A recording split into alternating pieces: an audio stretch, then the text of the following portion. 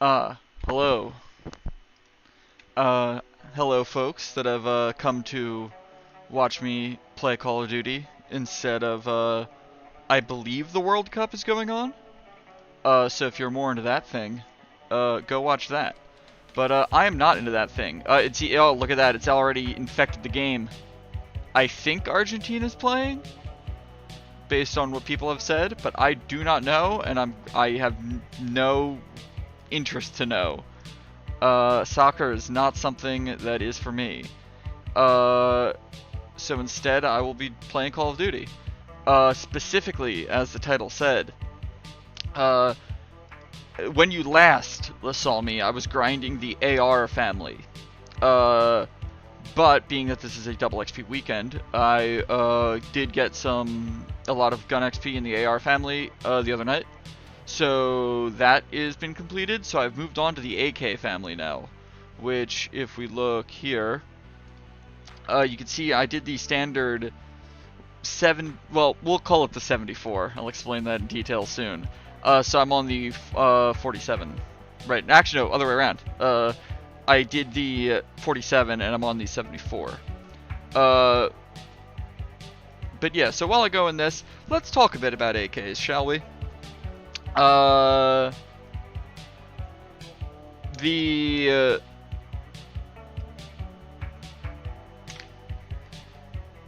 The way that when people say AK-47, they're normally not talking about the thing that they think they are. The gun called the AK-47 was not very much a thing in the great scheme of production of Kalashnikov derivatives, okay? So, what we're talking here is that, we'll go over kind of the history of the AK to begin with, and where it comes from. So basically, a lot of people will say that the AK is just a copy of the STG-44. It is not. It is an assault rifle, as the STG-44 is an assault rifle, firing, intermediate 30 caliber cartridges in a 30-round magazine, with a 16-inch barrel with a selector switch for semi-automatic and fully automatic fire. But aside from that, they're pretty different. Internally, they're very different. AKs are actually internally basically M1 Garands. There's a lot of guns like that are other guns, but we as people who see the outside of a gun don't realize that the inside of the gun is very similar. The AK basically uses a Garand gas system. Similar to, the M249 and the M240, like the SAW, those guns. Those are BARs, flipped upside down, basically. But continuing the AK thing, AKs famously have their selector switch. Sorry, AFK man, but I need the XP. Ooh, look at that shadow. That was peak gamer brain right there for me. So basically, the AK safety selector switch is also not entirely original from the Kalashnikov design. Now,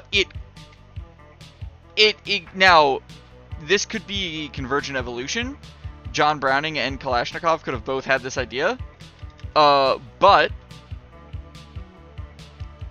sorry, sir.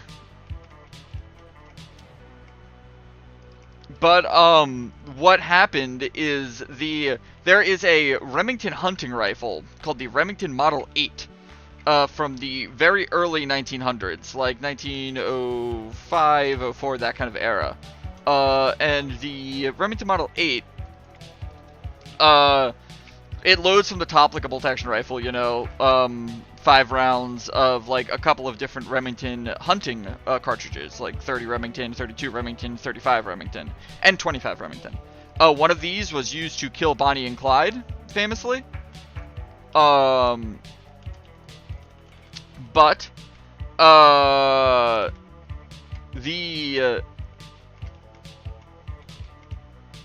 here, one moment. I've got to go make an Ophelia joke in Kiara chat. Let me just grab this link. Where is that?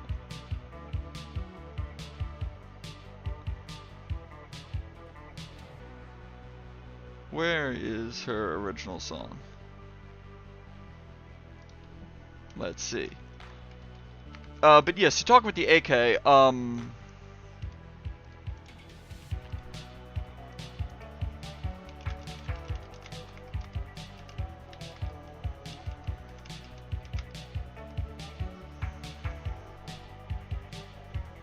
okay, yeah. Back to the game.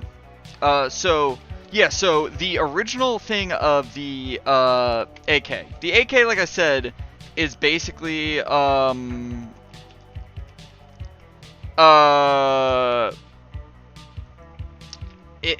an STG-44 layout with the safety of a Remington Model 8 that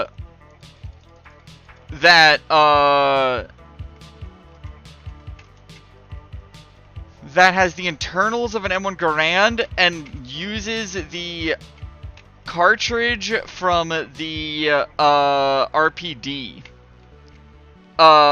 So how that came to be is that World War I, well, the wars before World War I, right?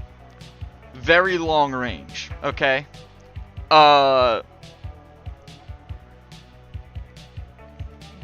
Like, there wasn't really, like, we're talking, like, the last, like, major war a lot of the World War I nations were getting into was, like, the Crimean War, right? So we're talking, like, musket fire in, like the 1850s. Where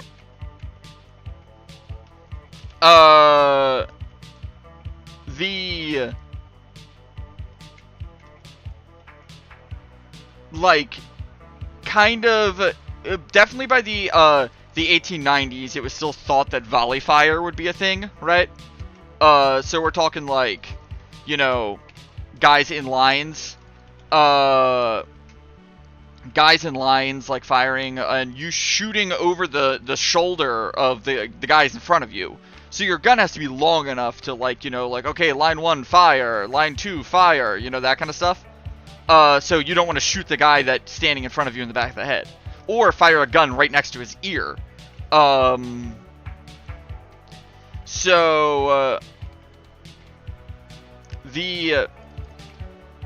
like kind of weird thing of that era is guns are huge.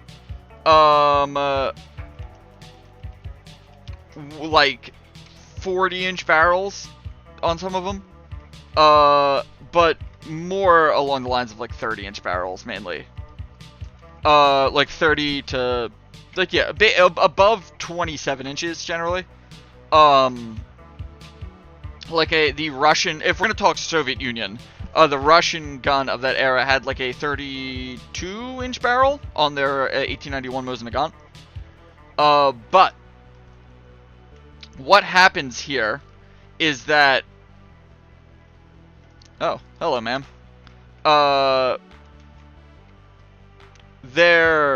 We get to World War I, right?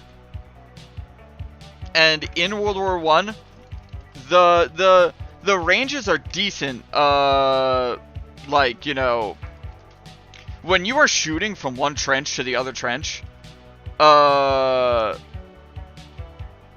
we are talking like maybe even like 400 yards, you know, stuff like that. Well, the Gewehr 98, Germany's primary rifle in World War I love that you can do that with pistols in this game now.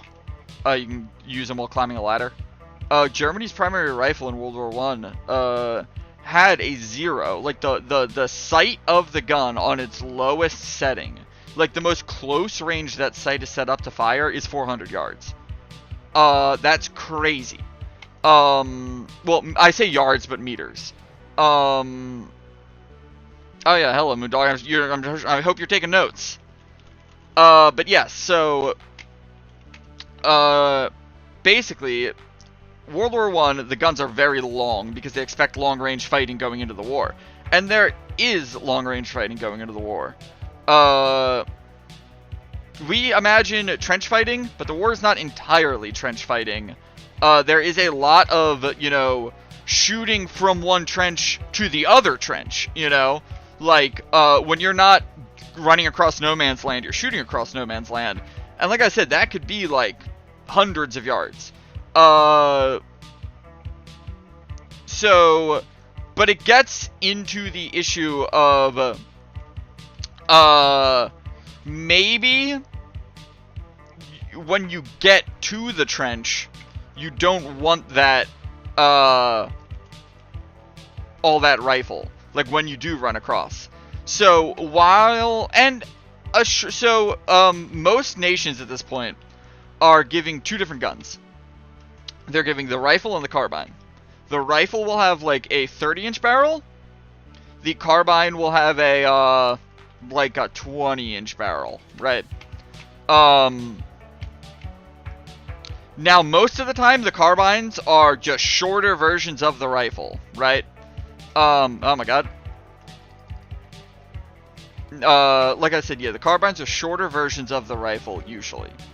You have a couple of weird situations where that is not the case. France is the weirdest, because France's rifle and carbine are two different guns.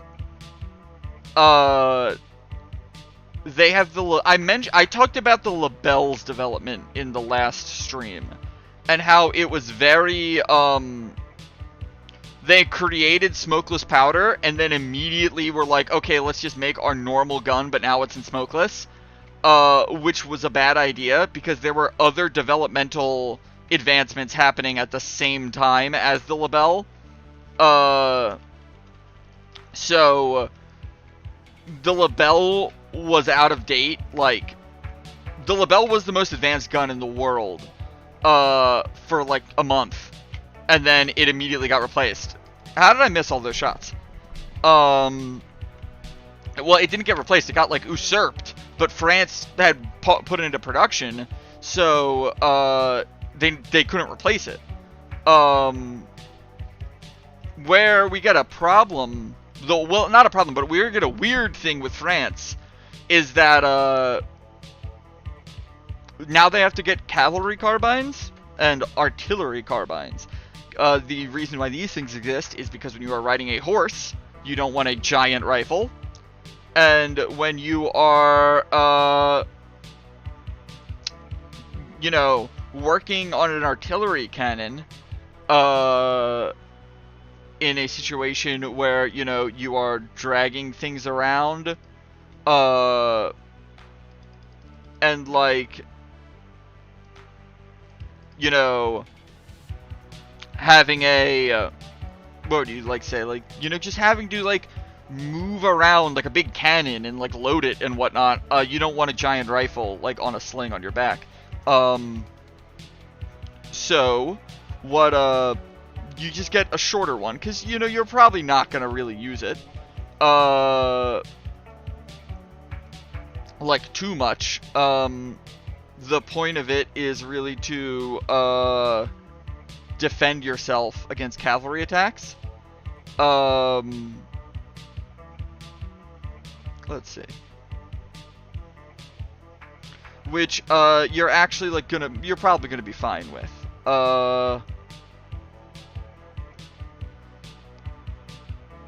Now, what, like, going through with this with everyone, now, these carbines, not very fun to shoot, because these are firing full power rifle cartridges, which now have smokeless powder, which burn at a different rate, as I've said last episode, you know, is what I'm calling these, I guess,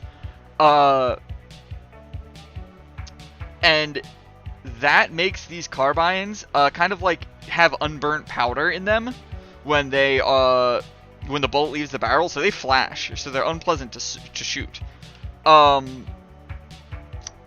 Germany would have these, and Russia would have these as the two main kind of and Italy would use them a bunch. Very famously, Carcana carbines are everywhere. JFK was shot with one. Though they didn't really, Italy didn't have enough like money to like provide like horses and upkeep for horses too much, so Italy didn't really have a cavalry. But you know what's a lot cheaper than a horse? A bicycle. So Italy had a bunch of bicycle troops. They also, you know what is cheaper than a bicycle? Just kind of jogging. So Italy also had troops that were just meant to jog everywhere.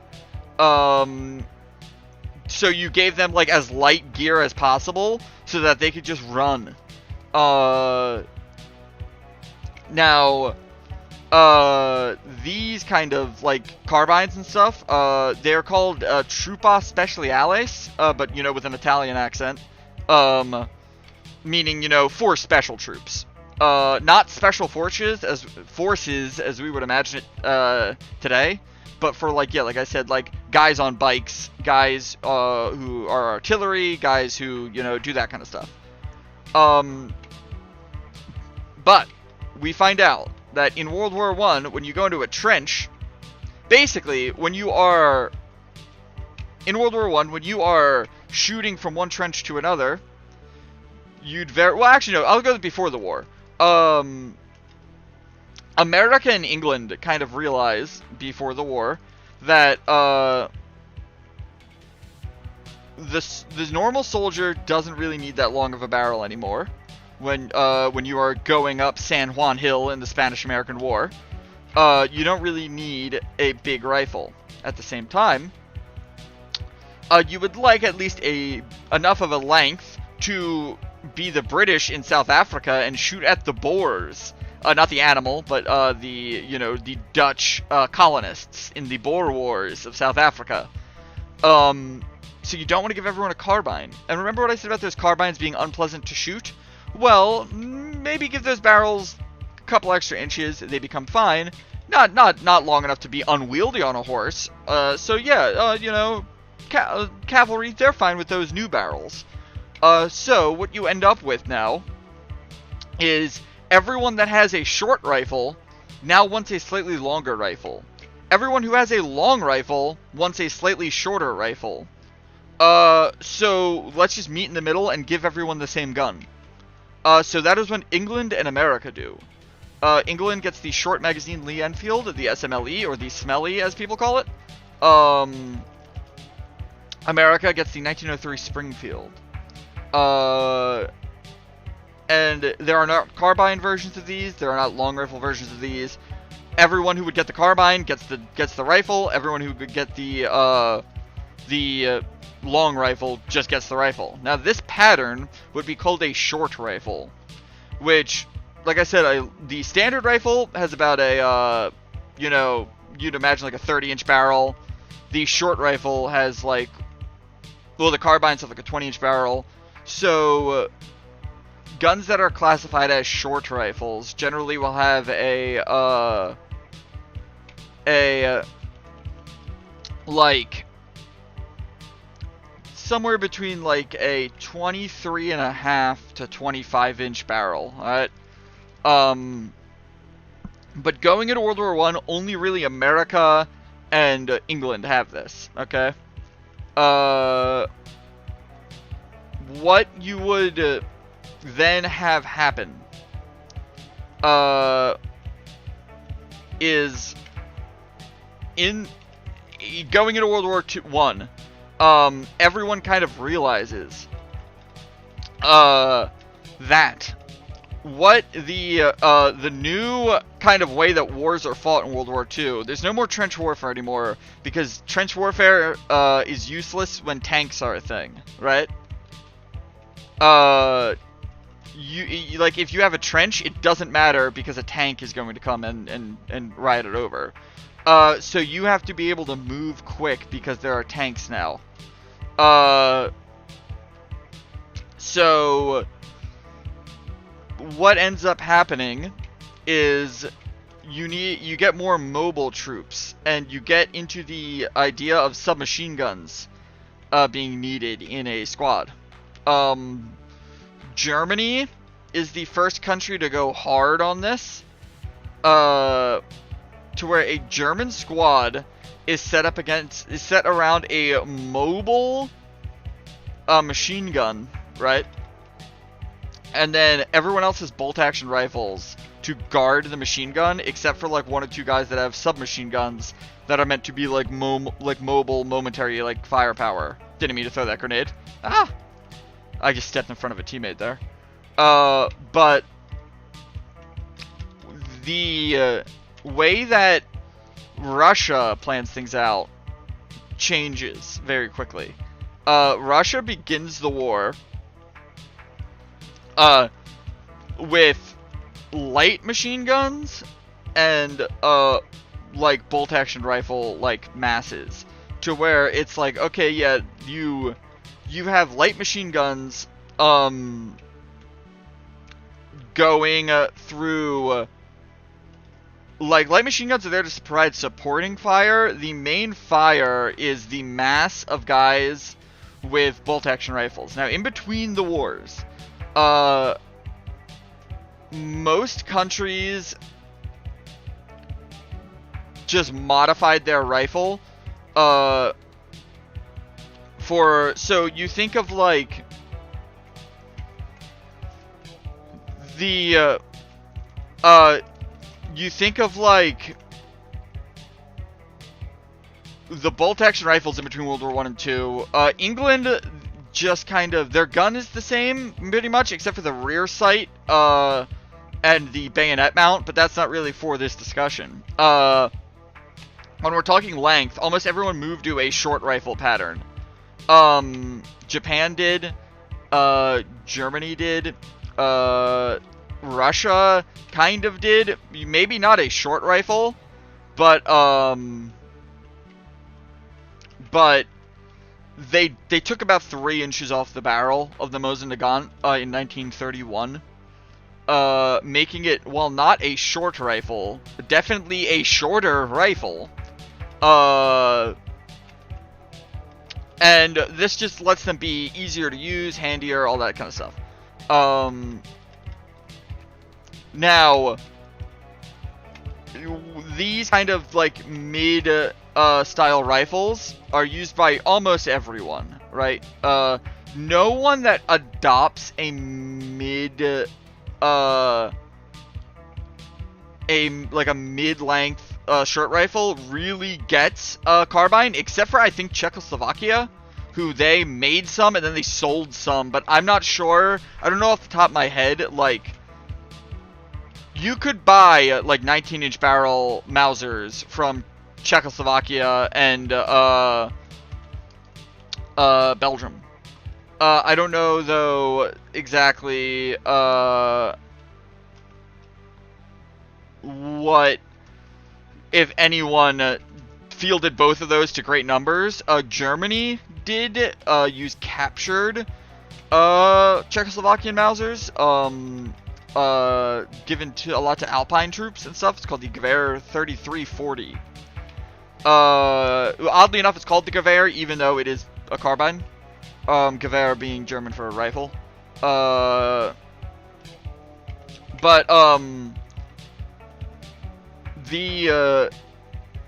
of this stuff with all these barrel lengths, right? They find out that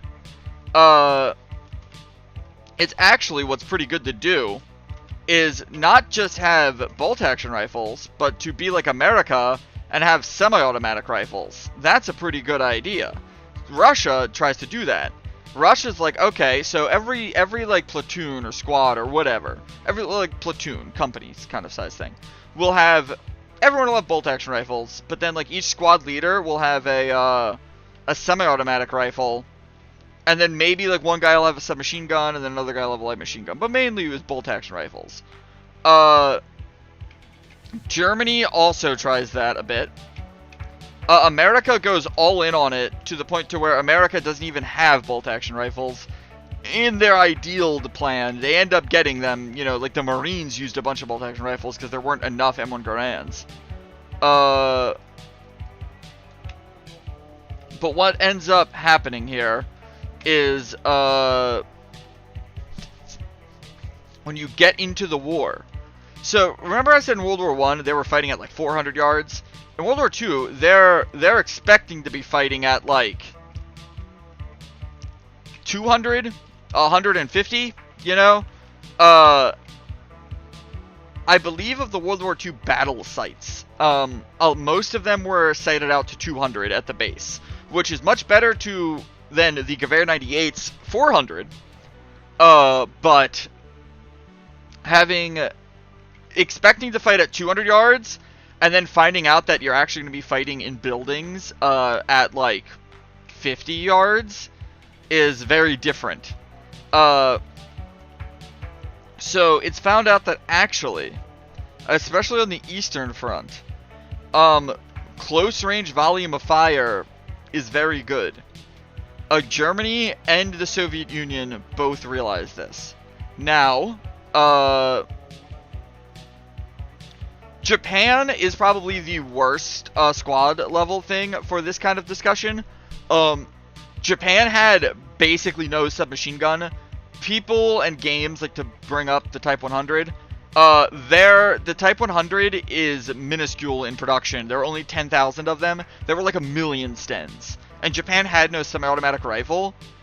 Japanese squad was gonna be the guys on the machine gun and the guys with the bolt-action rifles, and that's it. There's no, like, close-range mobile guns for the Japanese, pretty much at all in the war. And their pistols are pretty much only for ceremonial use. Bayonet fighting was their answer to close quarters, like, combat.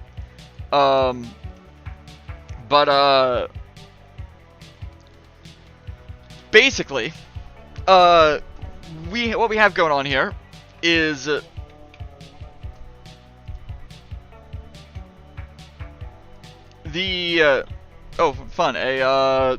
game-winning kill with the turret. So basically, what happens here is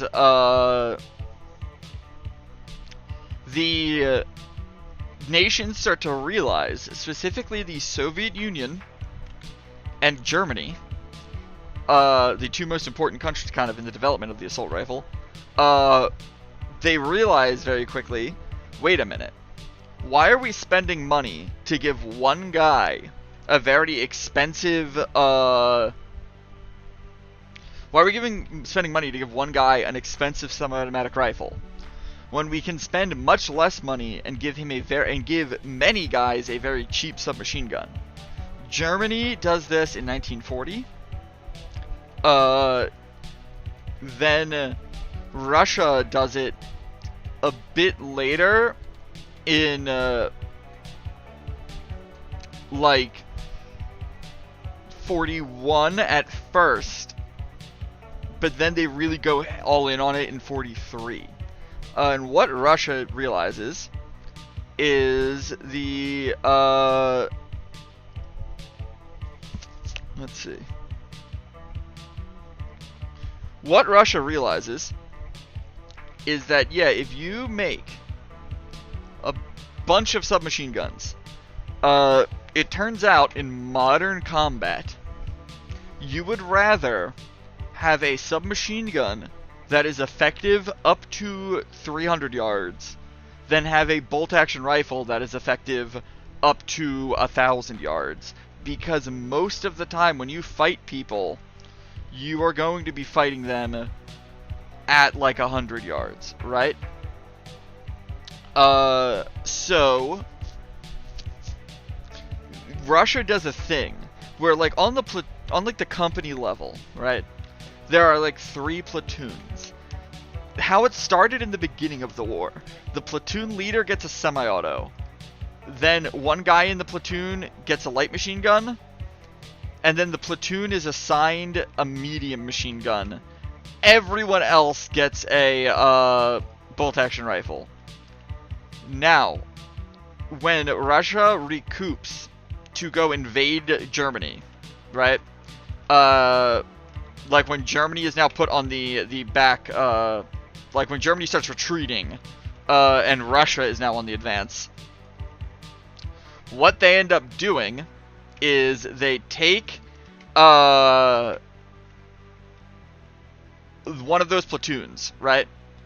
And instead of saying, okay, give each squad like one guy with a submachine gun, they say, okay, so platoon 1 and 2 are this going to stay the same. Leader gets a semi-automatic weapon. Everyone, which is the SVT-40 in this case. Everyone else gets a well, everyone else gets a bolt-action rifle except for the light machine gunner. What happens then is they get to the third platoon, and those guys, everyone gets a submachine gun. So we're talking like 50 guys with a submachine gun, or like 30, right? To where their entire thing is they just advance with a submachine gun. They just move and just provide as much like fire as they can. And this ends up working great, right? This ends up it turns out, when you are in the streets of Berlin or Vienna,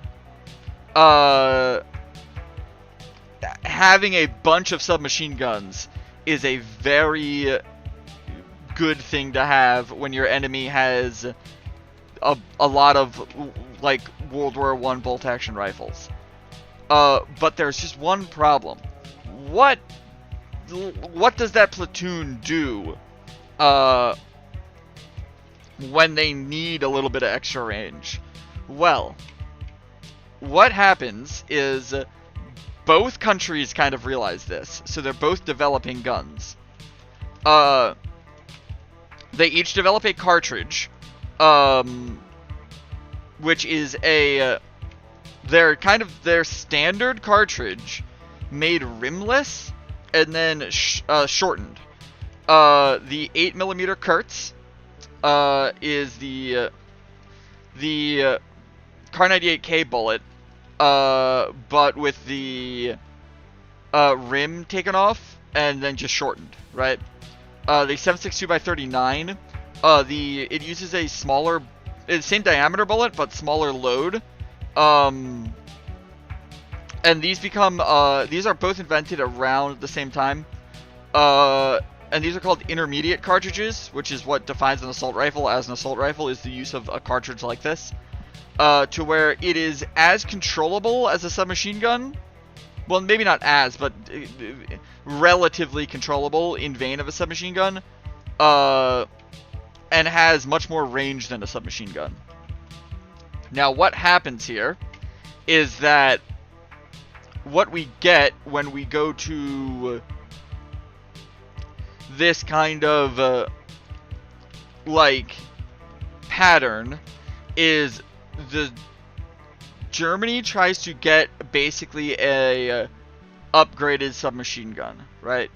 A thing that can stand in between a submachine gun and a rifle, an assault rifle, which would become the STG-44.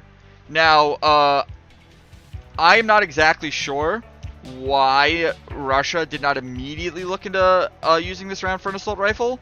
What they looked into using it for was a light machine gun, which would be the RPD. I could imagine it is because the submachine guns were so cheap that you had to spend at least a little bit of money into the assault rifle. So if you're going to be spending money, you're already spending money on the light machine gun, so let's just replace the light machine gun. And the RPD gets made, which is very lightweight. An RPD, an average machine gun of like World War II era is gonna weigh like 20 pounds or like 15 pounds or like 15 pounds at the lightest, but that's like unloaded. They're gonna weigh like 25 pounds maybe. RPDs weigh like 11 pounds. they're much more of a belt-fed assault rifle than they are a light machine gun. But at the time, they didn't really know to call it a belt-fed assault rifle. So what we get is Germany is kind of first out on the gate, right? They get out the STG-44, the Sturmgewehr, and they start using this to replace submachine guns at squad levels.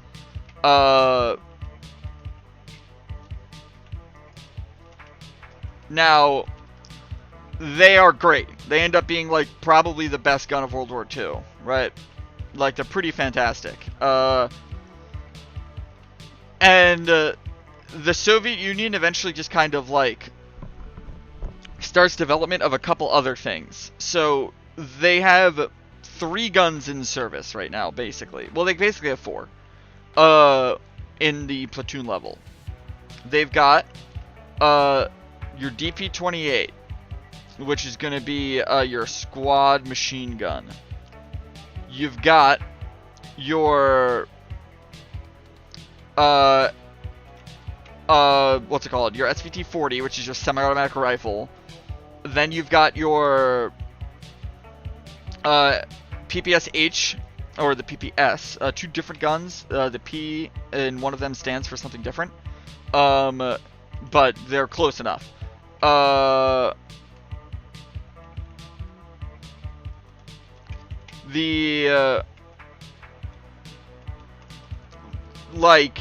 the Mosin Nagant also as the final rifle. It's like the standard, like, infantry rifle, you know? So what happens is they come up with a plan, which is, okay, all those guys in that platoon with submachine guns, give all of them an assault rifle. All of the guys that have a semi-auto or bolt-action rifle, give all of them a semi-automatic carbine. And the guys who had machine guns, give them an intermediate machine gun, and all of these guys are going to use the same bullet. So we only need to use 1 round, because right now they're using 2 different rounds, a rifle round and a pistol submachine gun round. But now with this setup, everyone can just use the same intermediate round. So that's the plan. And they start doing trials.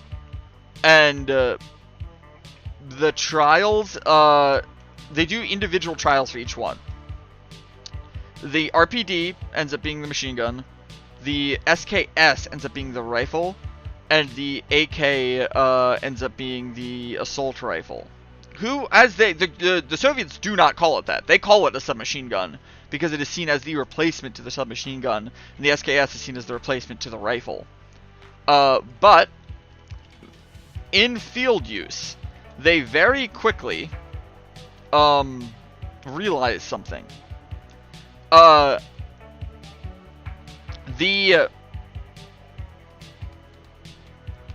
They are coming to the realization that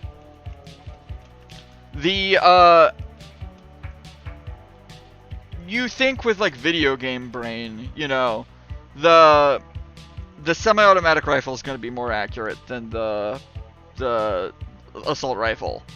And it kinda is, due to the sight radius and the fact that the SKS has a slightly longer barrel than the AK-47. But in practical fighting, like in practical accuracy, it really doesn't. Because the SKS has a 10-round stripper clip fed magazine, right? So you have to load it with a stripper clip after every 10 rounds. The AK has a 30-round detachable magazine. Now what this means is that and also the thing with these intermediate cartridges is they're also much lighter. They're very more lightweight compared to an assault like a battle rifle cartridge, like a full rifle. So you can carry more of them. So now that you can carry more of them, what this means from a logistics standpoint is that you, the soldier, don't need to worry as much about wasting ammo. So you don't really need to line up a shot and hit it accurately. You can just aim in the general direction. Oh, we did terribly that round. You can just aim in the general direction and just fire off 3 rounds, right? Like on semi-auto, just like pop, pop, pop. Enough of them will land that you'll land 3 of them in like a dinner plate sized area. So as long as one of those hits, you're fine. So when you think of that, so it's like, okay, so the SKS isn't really much more accurate than the AK, right? And also in practical use, like in one-on-one bullet firing, the SKS is going to be a little bit more accurate, but probably not accurate enough to matter. In actual practice, like, I'm going out into the field with the gun use, the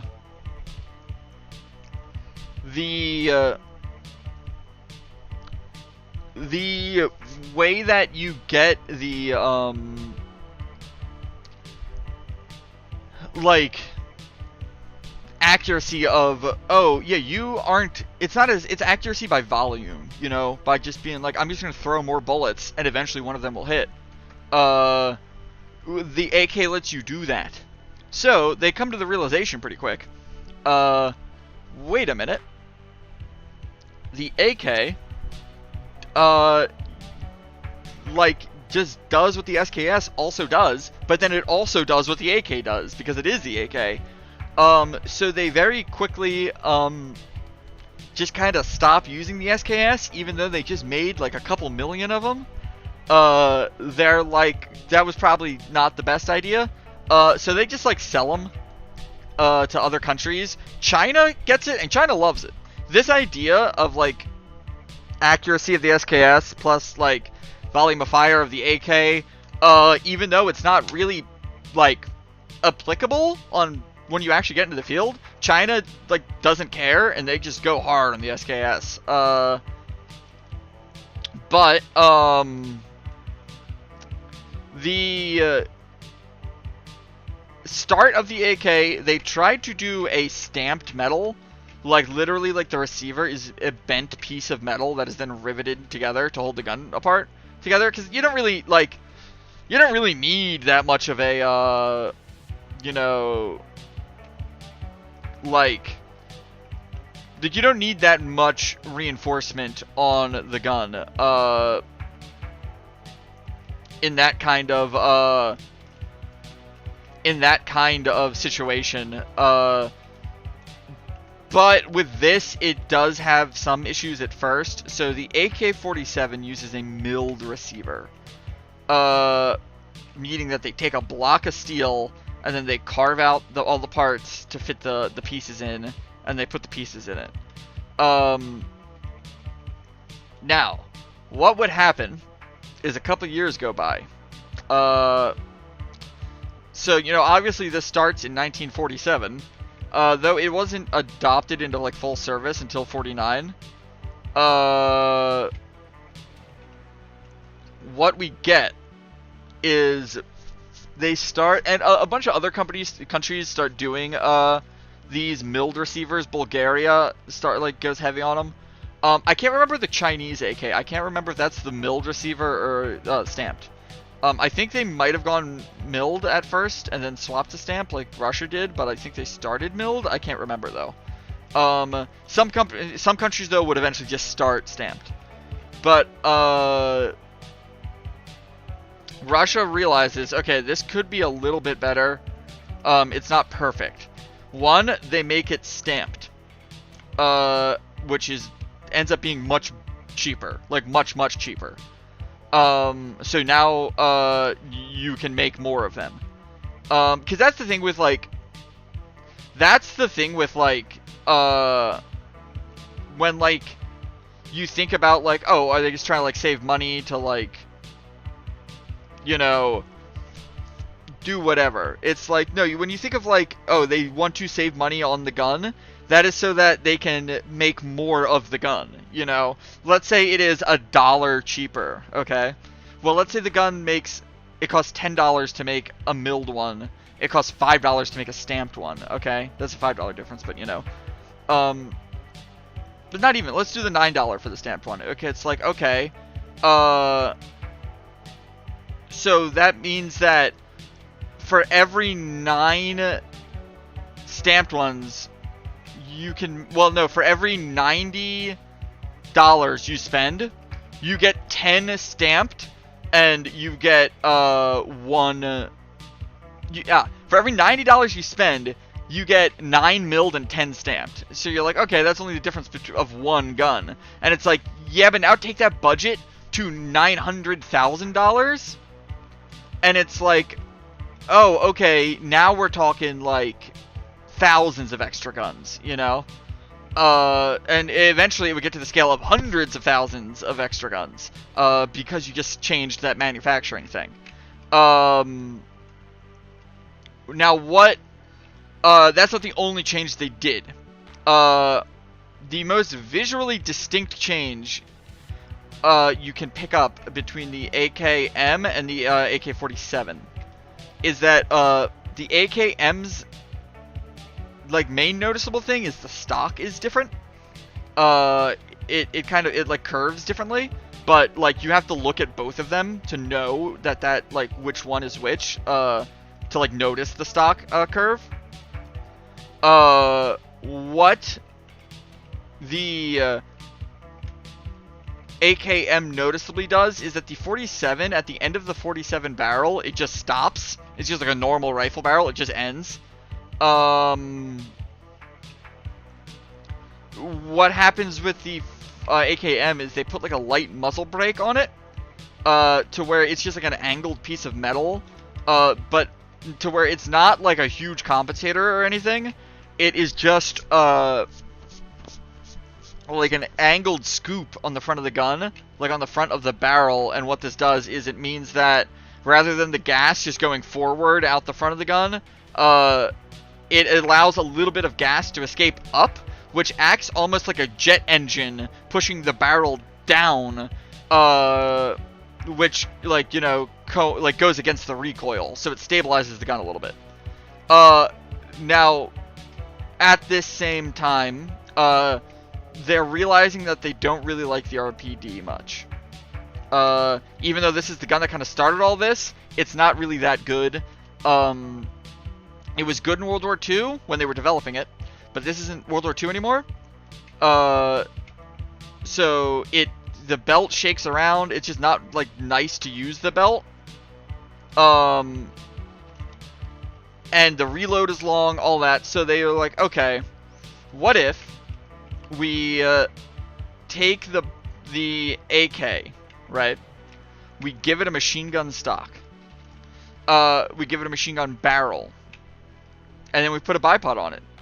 And that works pretty good, but it's not exactly fully there. So, you need a thing called a trunnion to hold the barrel and the stock in place on the, on this stamped receiver, right? So, the trunnion of the, AKM, is enough to hold everything together, but once you put on a heavy machine gun barrel that is then supposed to be firing much more frequently in full auto, compared to the AKM, you need a thicker front trunnion to hold that barrel on better. So that's, the RPK ends up having a very thicker, trunnion, to really hold it together. Now, weird thing, Yugoslavia, when they would get their AKs, Yugoslavia would just put this trunnion on everything, weirdly. Oh boy, free care package. Oh, I threw a grenade. I don't even know what I just got. Oh, nice, a counter UAV. Oh boy. But yeah, so Yugoslavia did a weird thing to where, like, basically all Yugoslavian AKs are RPKs, but it's like an RPK carbine as the rifle. It's very weird. It's like a and they would be contracted by Iraq to make the Tibuk rifle, which is Iraq's rifle. So those are also technically like RPKs in carbine format. A very cool AK is Iraq specifically made. It's like a light-barreled RPK with a carbine stock that they put a scope on. That is called the Tibuk like sniper rifle, and it's like a DMR.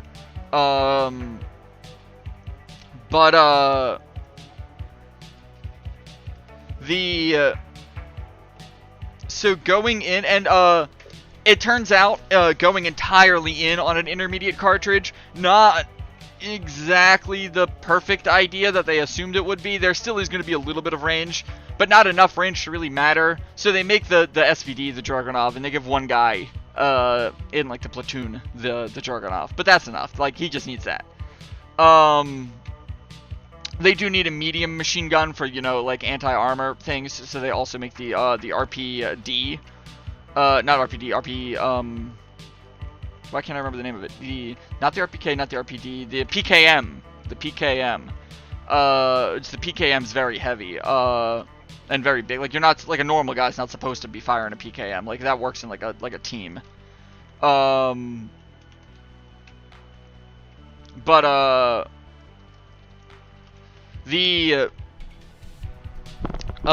Is starting in the 60s, right?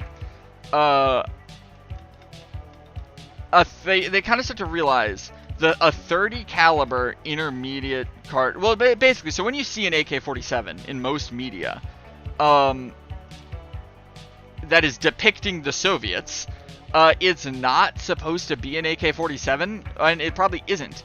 It is probably an AKM. The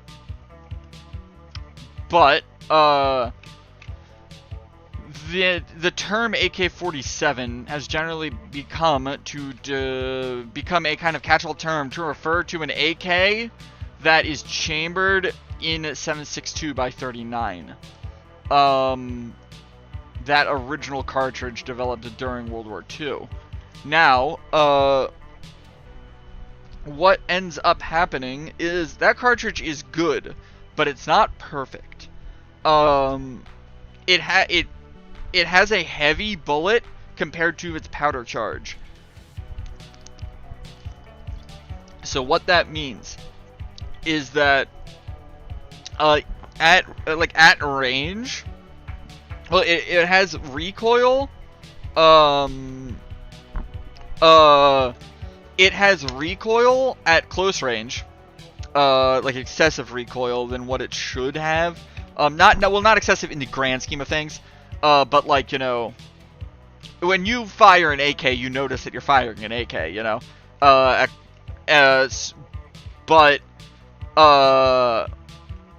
I have never fired an AK. I've handled AKs, but I've not fired one.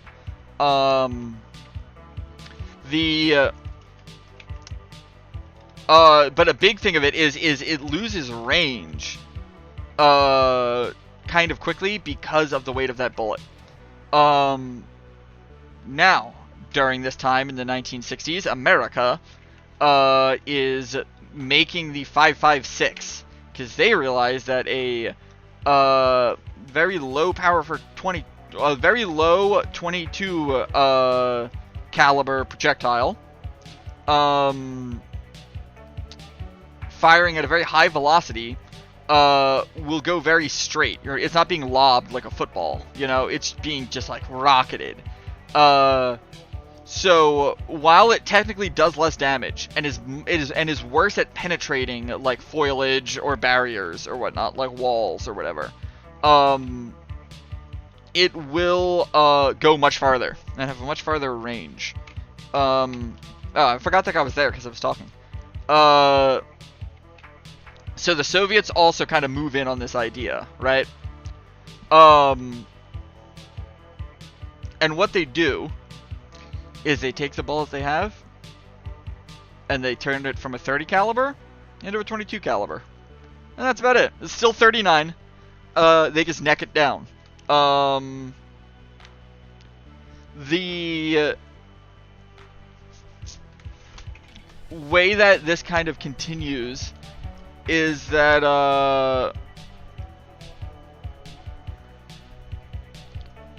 the like development goes on. Oh,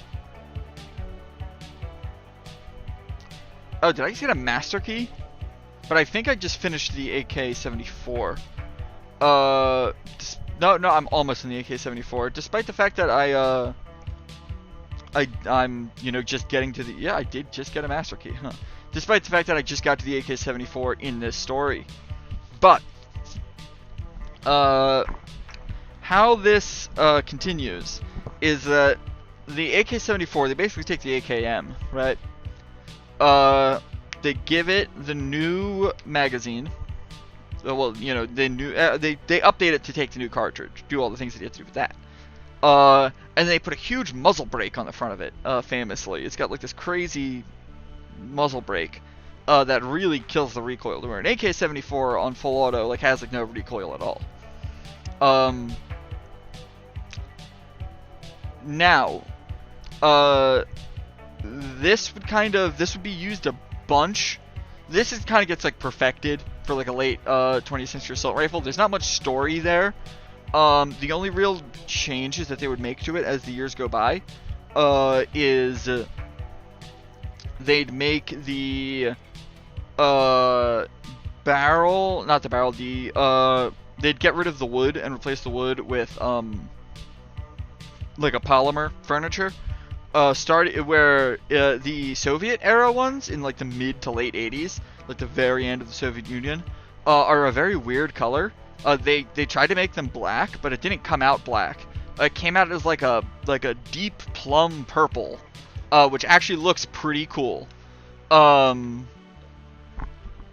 Now this would eventually go to the AK-74M, which stands for the Russian word for modernized, which also starts with an M. And what that is the AK-74, right, with black like furniture, and then a folding fixed stock. Now, this is where we have to talk about the AK stock history, okay? AKs, America has never had a standard issue rifle with a folding stock. I guess nor has England, nor like France. Most countries, actually come to think of it, have not had a standard issue rifle with a folding stock.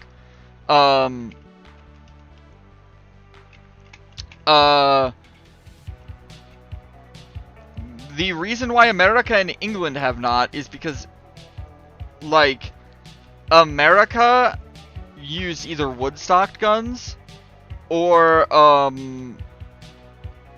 guns that had the gas tube in the stock, so you can't fold it. England either used guns that had the gas tube in the stock, like the FAL, or they used a bullpup, so you can't fold that either. Germany would have, like, on like the G3. The G3 does have collapsible stock versions for like paratroopers and stuff like that, to where it is just the full-length rifle, but it has not a folding stock, but a collapsing stock, like, you know, like you slide it in and out. But collapsing stocks are not super comfortable on your face, because, you know, it is like it had, by like construction, it has to be like two like brackets, not a full stock that a folding stock will have. Now, what Russia does is AKs can have folding stocks, but that's not how they started. the first AK stock, the AKS-47. S standing for Russian word for folding stock. I pressed the wrong button there. What they do is they get basically the MP40 stock, like the stock that like is on like a trunnion on the back that folds sideways. Well, not folds sideways, that folds under the gun, right? Now this was not a very good stock on the MP40, and it also is not a very good stock in the AK. But it is a very iconic looking stock. I will, in the game, I can actually show you a picture of it because it is, like when I get to the gun smith, because you can put it on in the game. Now that MP40 style stock, like I said, not very good, but it's just really made for paratroopers and stuff, and like some vehicle crews, so it doesn't really get like, it doesn't really get too maligned, but the people who use it don't really like it. So they move on to, when they get to the AK-74, they say it's time to update the stock. So they make, ran in front of a teammate who was shooting there. They make the AKS-74, same naming convention. Well, actually, go back when they made the AKM, they made the AKMS, which, like I said, same naming convention as the 74S. Well, the AKS-74.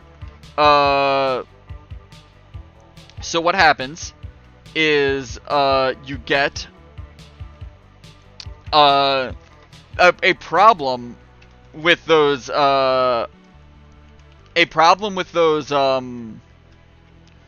underfolding stocks is that you have to like bolt them through the receiver, right? Like you need to full on like drill a hole through the receiver, put the stock inside it, and then put a big bolt on the outside to allow it to fold.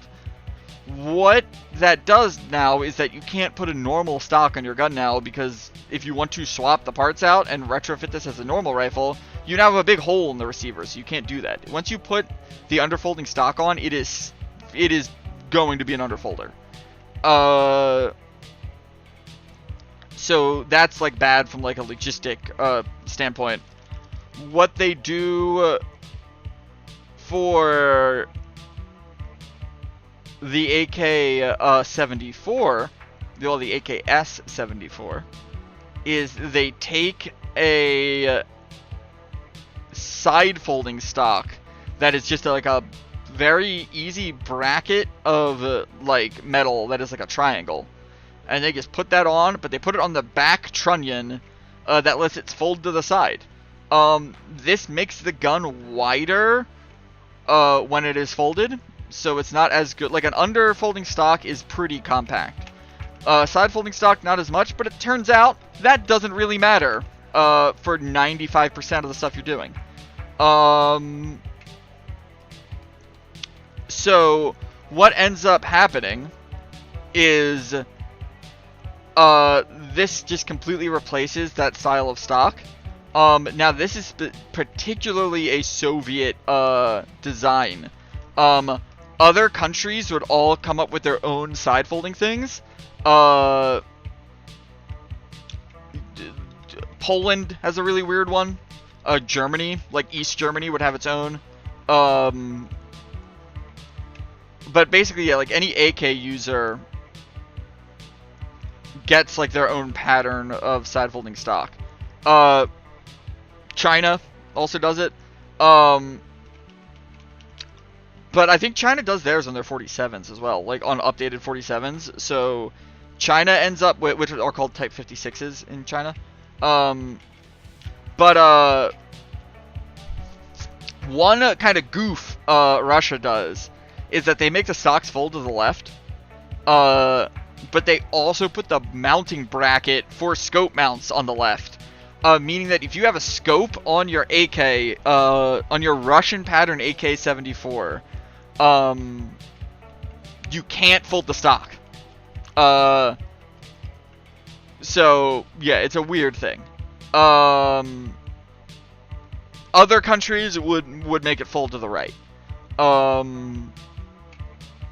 Like, Germany has it full to the right, Poland has it full to the right. I think Romania has it full to the right. But anyway, where we then also get from this is, okay, so that standard rifles for like, that standard AKS-74, is for like paratroopers and stuff like that, and like special forces. But now we need a PDW, something for guys who are like in vehicle. Oh, I can't believe I hit that one shot. Guys who are like in vehicles, like truck drivers or helicopter pilots, stuff like that. This is where the famous, what is generally referred to as the AK-74U, but is actually the AKS-74U, comes from. Which, while you'd think like it's called a submachine gun in like every video game, oddly enough, except for this Call of Duty. This Call of Duty finally calls it an assault rifle, because at the time they did call them submachine guns. Remember though, the Soviets call all AKs submachine guns. But the like English nomenclature for a gun like that would be a submachine gun at the time.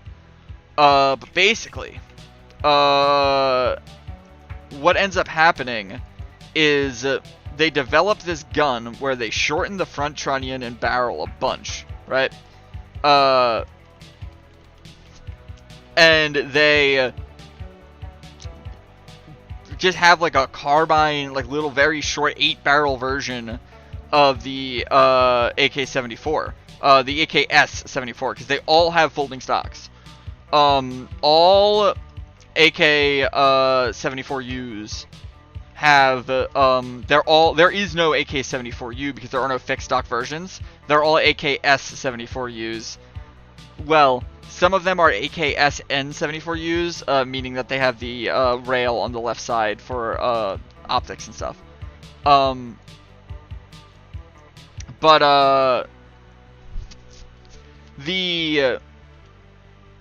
That's like not, it's used by some special forces, but like I said, it's mainly for like helicopter pilots and stuff.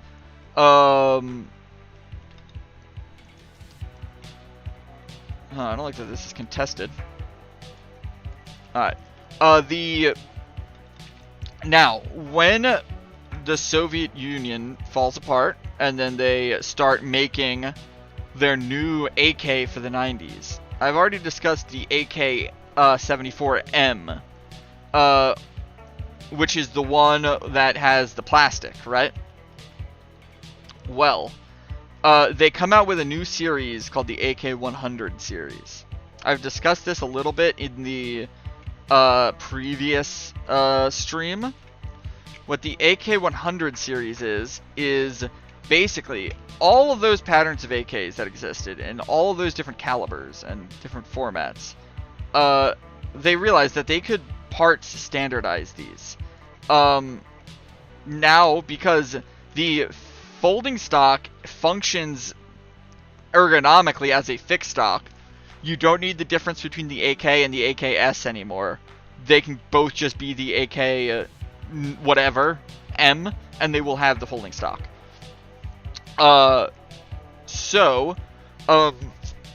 We have to talk about calibers. From a Russian perspective, the Soviet Union is only using, well, they have a bunch of both guns, like F-47s and 74s in stockpile, but on paper, logistically, they should only be using the 74. That is their standard rifle. So the 74, the 74's thing, is that it gets turned into the 74M, which annoyingly should be called the AK-100, but it is not, and I'll get to that in a moment.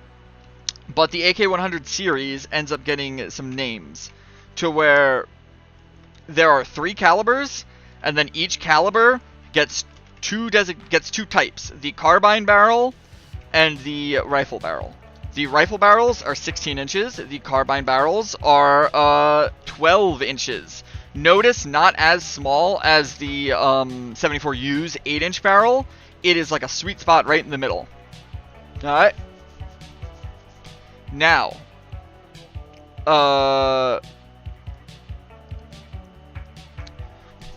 what happens, okay, is that I don't remember the exact designations off the top of my head, but I think I can remember them. There are 5 of them, okay? The AK-101 is the AK-74 in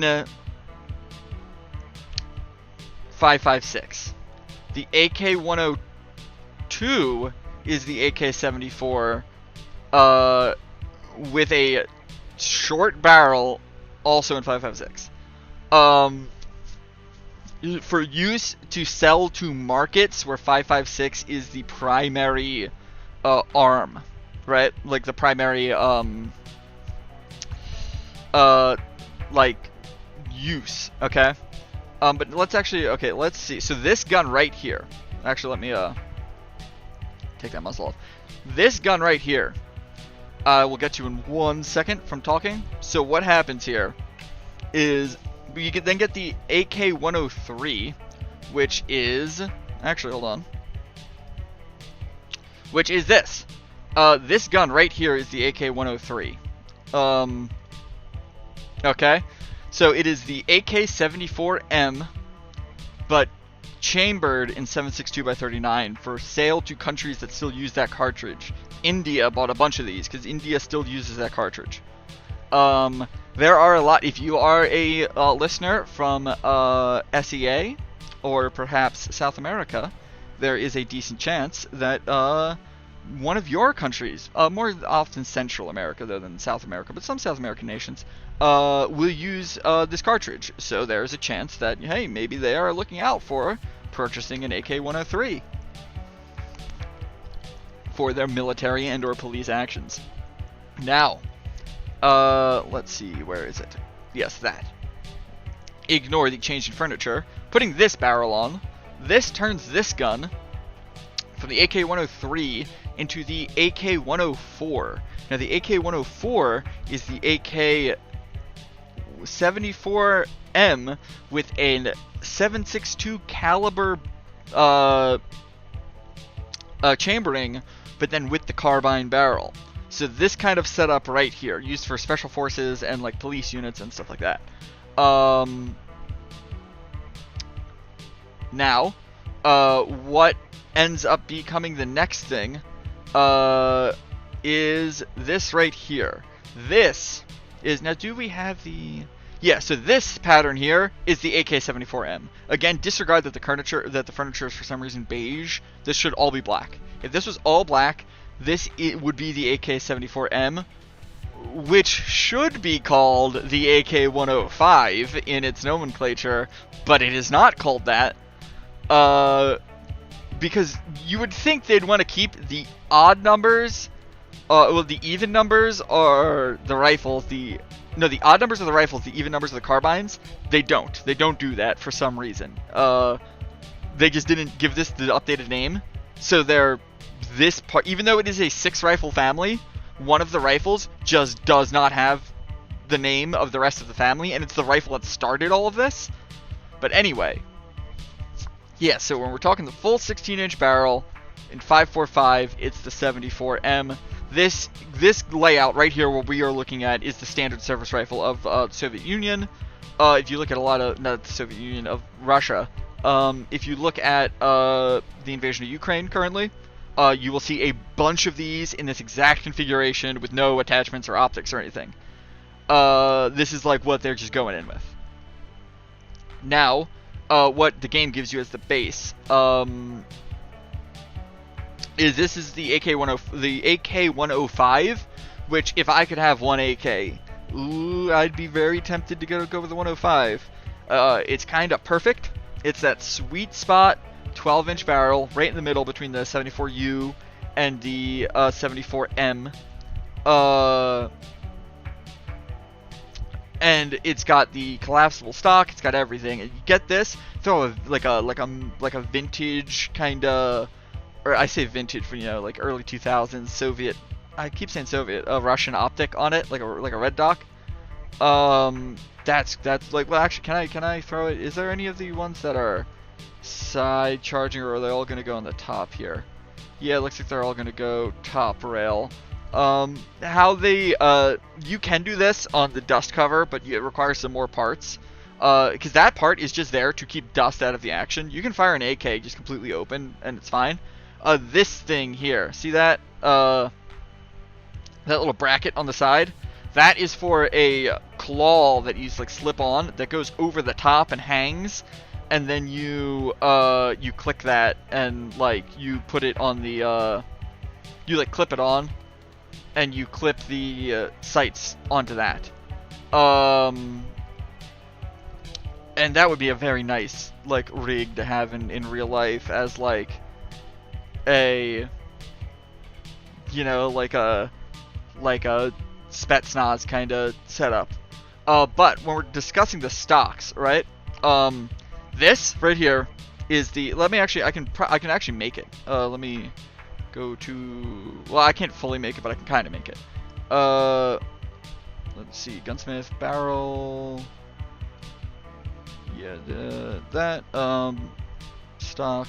So you can't really see it, but imagine, because I don't have this from the RPK. So that stock right there. See how this had to like be bolted through. It's very low poly when I get up to this. That's weird. When see how this is bolted through here, that basically means that the gun can't be used for anything else. This is kind of basically an old, look, this is a magazine. Can I get a, no, I can't get a Bakelite magazine. But this is kind of what an AKM looks like. It's this pattern. And an AKMS would have this underfolding stock on it. Now, going over to this guy, if we go to, no, this is the 47 again, or the AKM. Now, if we go to this guy, give him this kind of this barrel. All right, like so. We can go with kind of an 80s. That setup right here. See this with this bracket stock, and then this barrel. This is kind of what they would be running in the 70s. This is the AKS-74. Okay. But you know, with wood furniture. So that's like all that story. And that's kind of the. Now, in modern day, and this is what we're doing right now in the game. We are going to be doing a run with the AK-74U and leveling that up. Now, in the modern day, what, like, Russia reports that their special forces are armed with AK-74s.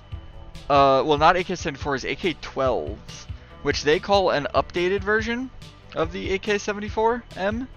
But it kind of isn't. It's just kind of bad.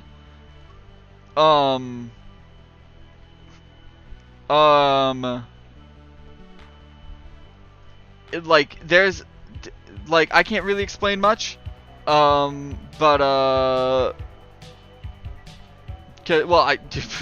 you know, I can explain much. But like, I've never held one, so like my validity of that explanation, I can't, you know, I can't grasp. I can't tell you how good an AK-74M is against an AK-12. But people that field them apparently do not like the AK-12 much. It's got a bunch of weird little idiosyncrasies that they say are just made it worse compared to the 74M. To where they'd rather have like an AK-105 versus an AK-12. And if you look at Russian special forces, a lot of Russian special forces, rather than carrying AK-12s, are carrying 105s that have just a bunch of commercial aftermarket like attachments put on, like bolted on with like a bunch of different like attachment surfaces and stuff that like replace parts, replacing the dust cover, bolting things onto the rear sight, replacing the entire front handguard, a bunch of crazy stuff to turn the sneeze to turn the AK-100 series into a much more modular AR-15 kind of style, where the AK-12 tried to build up to that from the ground, and it apparently did not work out very well. But that is kind of the weird. Oh, what? Yeah, my sneeze. I sneeze in a very loud, lung-filled way, to where I sneeze more out of my mouth than I do out of my nose. It's more of a cough that also comes out of my nose.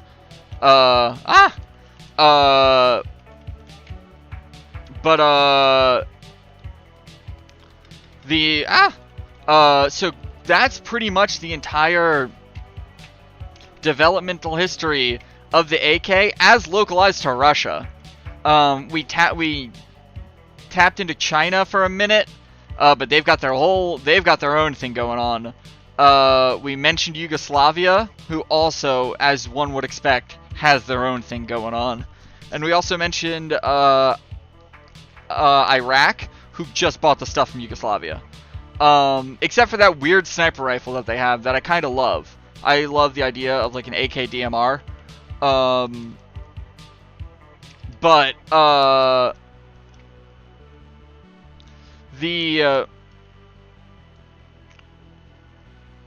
There's a lot of other weird AK derivatives out there.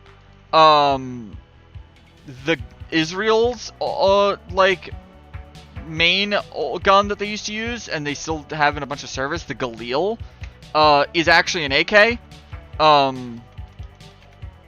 It's just like a modified AK in 5.56. Finland just like heavily upgraded the AK in their R62, and then their R72, and then their R94, I think it's called, is their most modernized one. They all still use the AK, and they actually they have it in they never went to the 74. Finland's modern like tactical service rifle is in 7.62x39, which is very weird. They just have a bunch of stockpile of it, so they just aren't changing it. Poland, immediately when they had the chance to join NATO, joined NATO. So they have a gun called the Barrel, which is an AK that is in 5.56 to get to the NATO standardized cartridge. So South Africa has when South Africa was doing their whole apartheid stuff, they bought Finnish R62s, and then they were like, hey, we can like modernize this a bit. So they modernized them in a way that was preferable to them, put them in 7.62 NATO, not 7.62 NATO, 5.56 NATO, and that became the R4, and then the R5 rifle, which are, like I said, are AKs, but they're like a weird AK by way of Finland, then by way of South Africa. Israel would then buy these and then turn them into the Galil. So the Galil is an AK that went through Finland, that then went through South Africa, that then went into Israel. So very weird. Now, most of these countries, if they need to buy new guns, do not just start making new AKs. They will just buy an AR-15 derivative rifle from, like, HK or, like, Colt Canada or something. A lot of nations still use AKs in service. A lot of former Warsaw countries, because it's just, they just have them. Like I said, if you look at the... any footage from Ukraine, both sides are using AKs because they just have them in stockpiles. You know, it's like like guns. Like you don't really need to min-max them like IRL. Like yeah. I talked about this last time. Like an M1 Garand is not the most modern gun in the world. But if you armed the US military with M1 Garands as their primary rifle in the 2020s, they'd probably be okay. Not the best, but they'd be fine. Because there's so, like, as long as you have a repeating rifle that you can reload relatively easily, that's really all you need. Optics are pretty good if you can get an optic on it. Like if you had an M1 Garand with a red dot on it, that's fine. That'll do it. So yeah, the idea that like there are guys with like that are armed in like the current Ukraine war that are armed as if it were like 1970, that they are going in with the same loadout that the Soviet Union was going in to Afghanistan in like 1978 with, is like, yeah, that's like bad. Like that's like a very bad modernization. Final kill, let's go. But it's not like game changing. Now if you know, the Russians did have all their tactical modern stuff and the Ukrainians had, you know, what they actually have,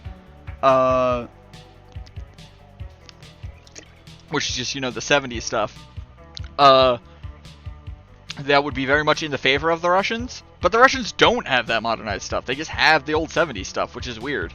I don't know why. I don't know what they're doing with it. I'm not an expert, obviously, but, you know, I just know a bit. Let's see.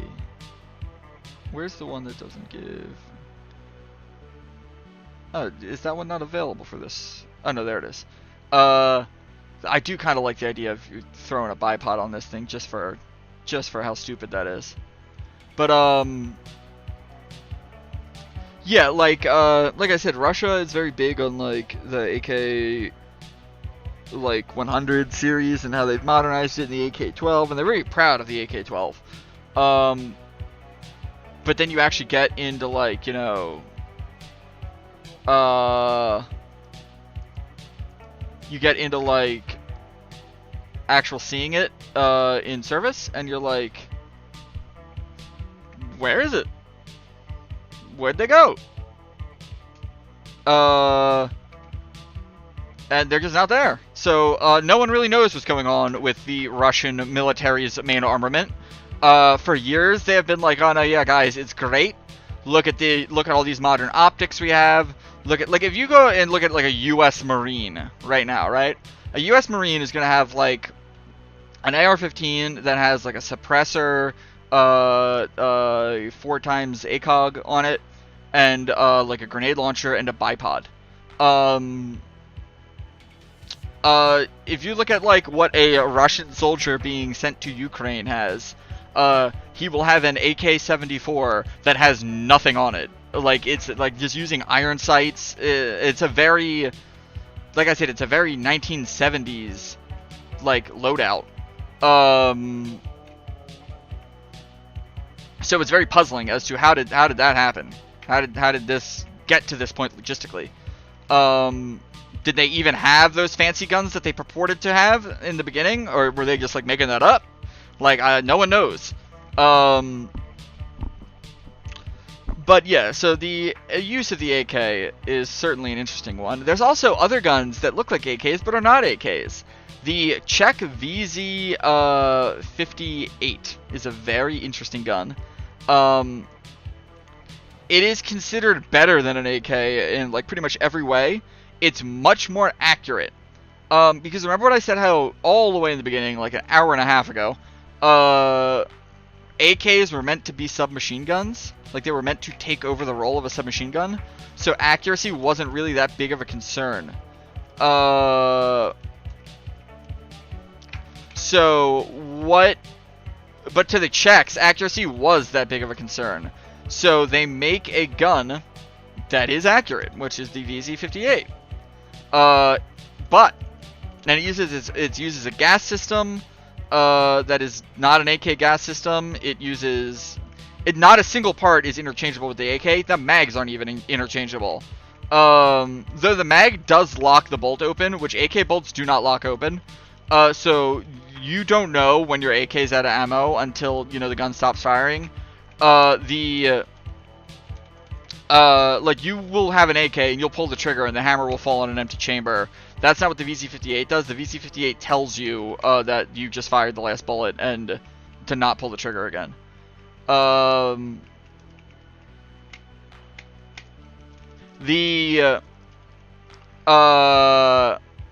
way that the VZ58 looks, though, if you looked at a VZ58, your brain would tell you that it was an AK-47. If you looked at it a little bit more, and if you know what an AK-47 looks like, you'd realize that your brain was wrong, and it's not an AK-47. But it sure does look like one. It's missing a lot of things, and it has some other things that make it clearly not an AK. Oh my god, I closed that door right as that guy was walking through. But the reason why this is that the Soviet Union wanted all Warsaw Pact nations to have a family of arms that were visibly related, even if they were mechanically unrelated. Meaning, they do not want... So if you look at a guy with an M16, and then you look at a guy with a FAMAS, those look very different. If you want a guy, they basically want, hey, I'm Russian, but you're Czech. Our uniforms might look a little different, and other things like that. At 100 yards, we might not be able to tell who is who. But if our guns both look kind of similar, we'll be able to tell that's a Russian gun at the distance, or like, you know, that is a communist gun at a distance. So you see this handguard, this color of wood on that handguard, this kind of orange wood. That becomes like the staple of basically, if you make a gun, the grip and the handguard and the wooden stock, if it has one, have to have those wooden like features in that kind of tone, and try to make it shaped like an AK. The SVD, the Dragunov, is not an AK. It is not at all related to the AK-47. It is entirely its own invention, but it is shaped like an AK, so that people who, if you see one in the distance, you know that it is an ally, because his gun looks kind of like your gun, so that's good enough. The Czech Scorpion submachine gun / machine pistol also follows this, to where it looks like a tiny little pocket AK. The PKM, the RPD, the SKS, not really, because the SKS was developed before this idea was a thing. But all of these things come together. Now, most people, they see this. Most nations were like, oh, it has to be in the Warsaw cartridge and it has to look like a Warsaw gun. Well, we'll just either buy or copy your gun or slightly modify it. Such is the case of Yugoslavia, who wasn't actually Warsaw Pact, but they lived next to the Warsaw Pact, so they just got Warsaw Pact guns. But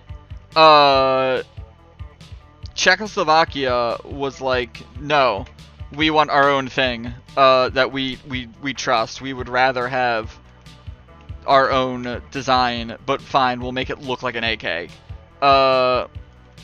So that is why the VZ58 is not an AK, but it looks like one. And China has a very, not a weird history, but weird in comparison to the Soviet adoption of the AK. China's gun history is very strange. Coming out of World War II, you know, China, I'm not entirely read up on Chinese history, so I might get this wrong, but basically, China had an empire with, I think, an empress. The Boxer Rebellion happened, where they tried to get Europe out of China. It didn't really work. Then there was like a kid emperor, and they got rid of the empire, so like the dynasty falls. And then like 10 years of like Mad Max post-apocalyptic China happens, where the country breaks up into a bunch of subdivisions filled with like gangs called the Warlord Era. Then these all kind of coalesce into two parties. One party, the nationalists, that want to nationalize China into like a single state that is run like a European power, I think. The other side is the communists, who would like to have China be a communist power and be run by the peasants and be more akin to the Soviet Union. Now, this war starts in the early, in like the 1920s, right? Like kind of towards the end of the Warlord Era. But then Japan invades. So the nationalists and the communists team up.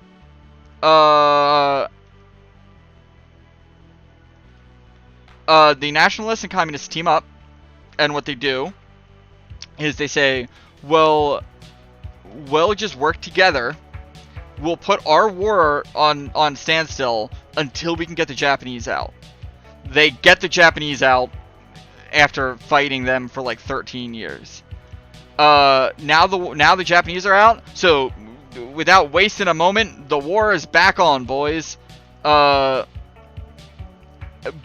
But after, you know, China pretty devastated by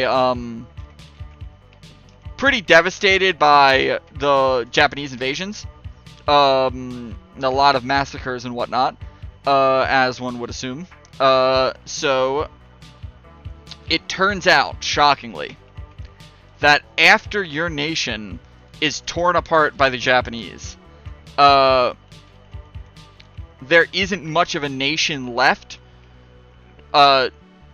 to become like a free enterprise.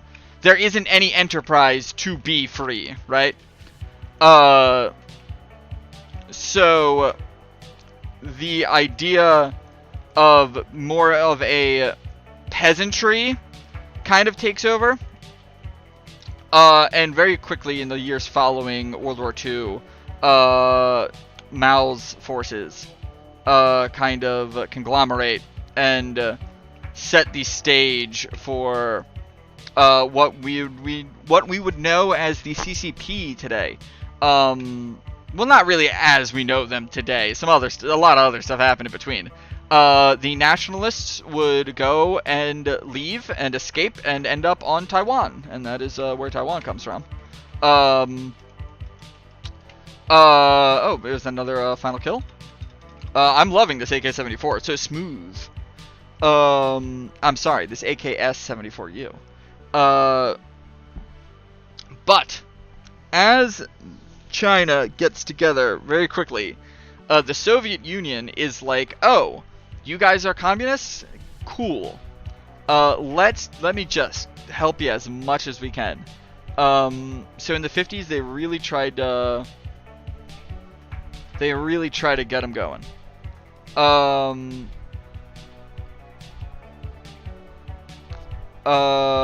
Let's see.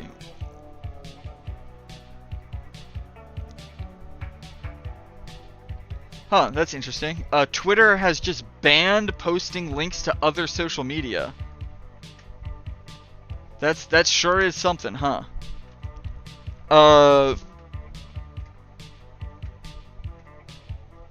So I guess like DeviantArt and Pixiv and like, I assume this is because of the Mastodon thing. But like, yeah. Let's see. I am down site speed. I'll take that. And then yeah, I mean I've been doing pretty well with these irons, but yeah, that'll do. But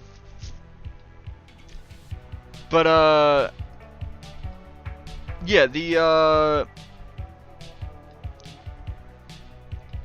this surely probably is not the best thing to have going on Twitter, but we're here to learn about AKs, aren't we, folks? Who cares about my opinion about Twitter? So China in the 1950s, Russia is like, we're gonna be best friends. Here is like everything you need to build guns, right? Like here's all the paperwork and blueprints and everything. So China, all this happens in the year 1956. Yeah, Twitter doesn't. We are in gun class. Twitter can wait till later. China does a thing that makes sense on paper, but is very annoying to a modern person. They go hard on that old idea I mentioned before about having SKSs that are then supported by AKs that are supported by an RPD. They really love that idea, even though the Soviets immediately were like, that's not the best idea. A better idea is just everyone has an AK. China's like, no. The SKS is where it's at. So China goes hard on the SKS. But the annoying thing is that, if I remember correctly, well, all of these guns, all of them are called the Type 56. Because, alright, oh yeah, see, have fun, have a nice time at that Christmas market. I wish I had a Christmas market around here. But,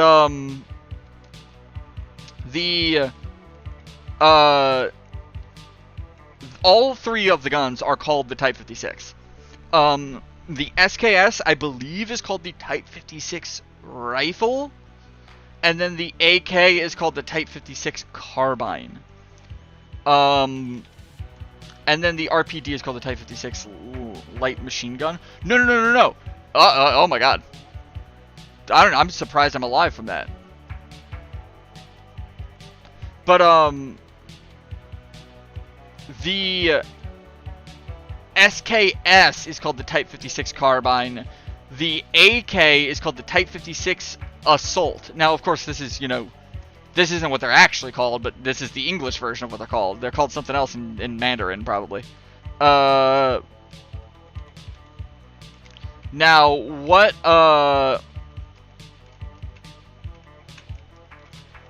what the main thing of a Chinese AK versus a Russian AK that all of them have is that Russian AKs, see the front sight there? See how it's opened at the top? So you can, like, it's got like a little scoop up top.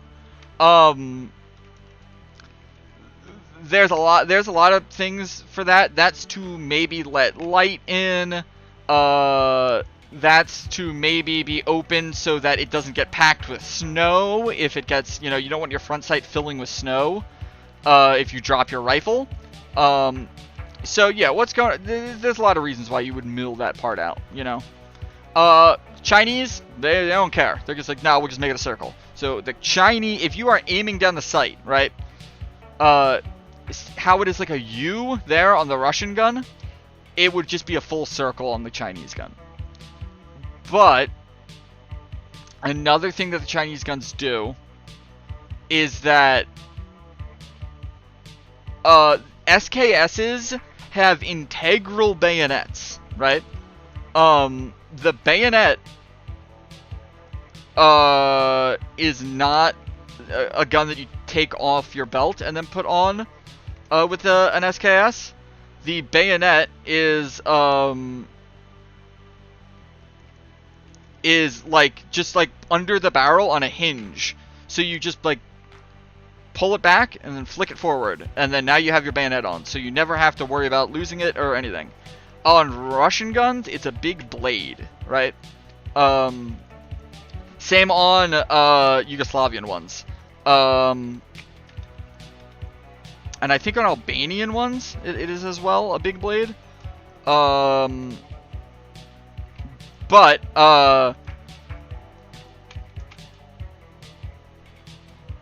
come on, open the door. Nah, you didn't.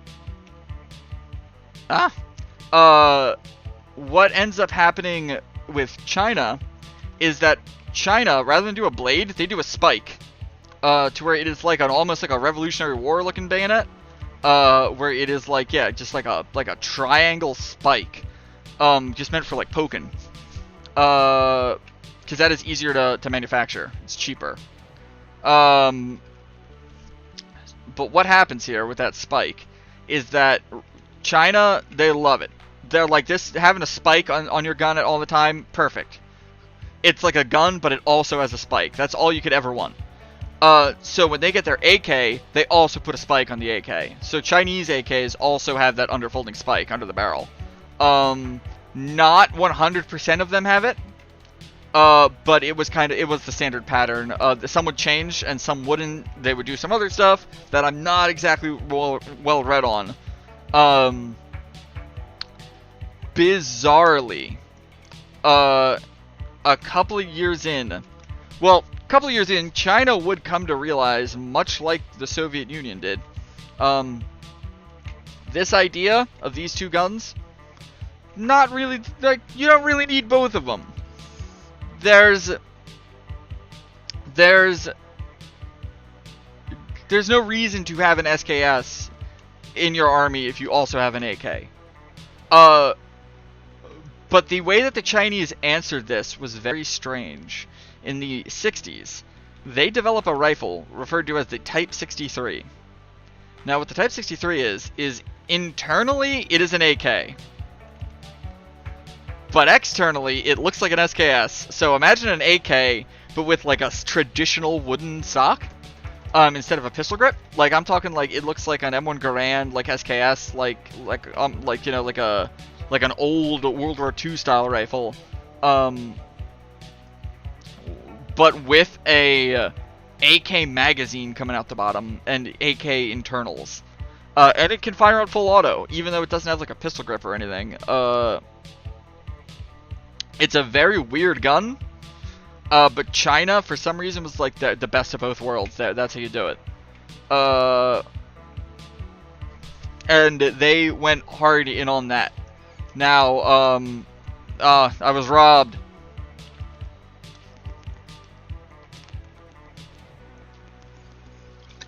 Now, what happens with this is that the, like I said, it's not really the best idea. It's a very weird idea. And yeah, it turns out when you like field a not very good, weird idea, it comes out very weird. So what happens is there's another gun that they try to develop called the Type 81 in the 80s that I don't really know much about. Let's see. Yeah, I'll go with that one. Actually, no, because this is getting rid of recoil control, so I'll get rid of that, but... Does this also... No, that's just ammo capacity. When do I get the stock? 19. Eesh. I probably won't even put a stock on this. Do I get any recoil control from these? Nah. Actually, no, I'll just... Yeah, I'll put that on.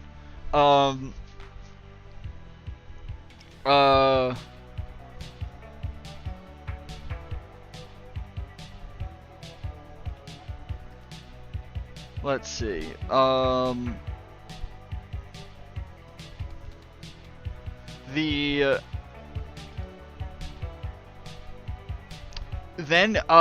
So like everyone uses like the 5.56. Like if you are adopting to a modern 22 caliber intermediate cartridge, you're just gonna go NATO standard 5.56. Unless you are a country that wants to stand out and specifically say, no, I'm not from NATO, which is 2 countries want to do that. Russia, which is why Russia has the 5.45. Note that Russia is the only country still using the 5.45 mainly. Other countries that use the 5.45, such as Germany, and like Poland, and Hungary, no longer use it, and they use 5.56 now. China doesn't want to be seen as NATO, but they also don't want to be seen as Russia. They want to be seen as their own thing.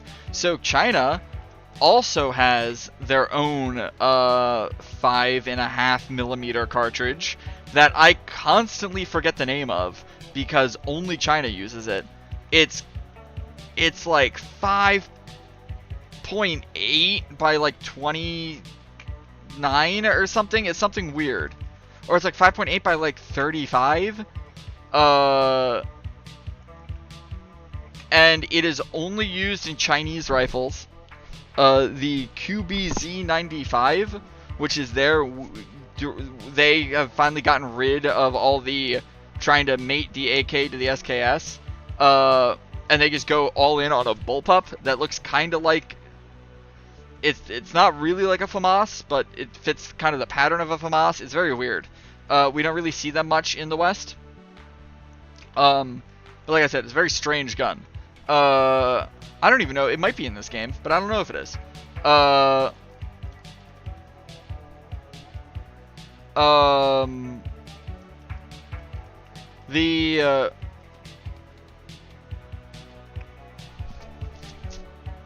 see.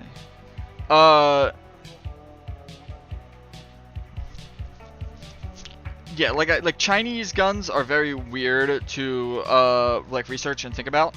Because one, we don't know much about them as Westerners, and there's just so many of them. You kind of have to devote a lot of interest to specifically Chinese guns, which I would like to do at some point. But there was one other AK related oh yeah, Germany has a very weird little AK footnote. So in the 1990s, right, when Germany, so in the 80s, Germany realizes that they are not going to be using a G3 battle rifle anymore. They need to update.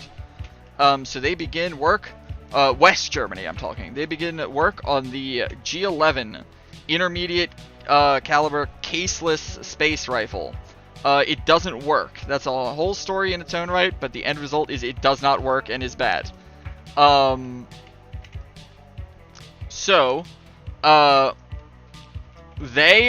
the time the Berlin Wall falls and Germany reunifies, there is no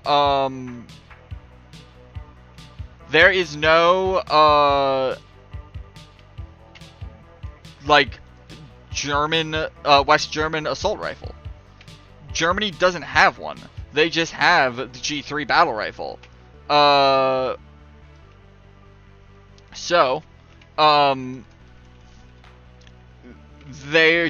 like, okay, well, we'll just make a reunified assault rifle for Germany, right? So East Germany, though, has an assault rifle. They have AK-74s. Apparently very good AK-74s. And apparently the best optic for an AK-74 that exists out there is one made for East Germany. Now,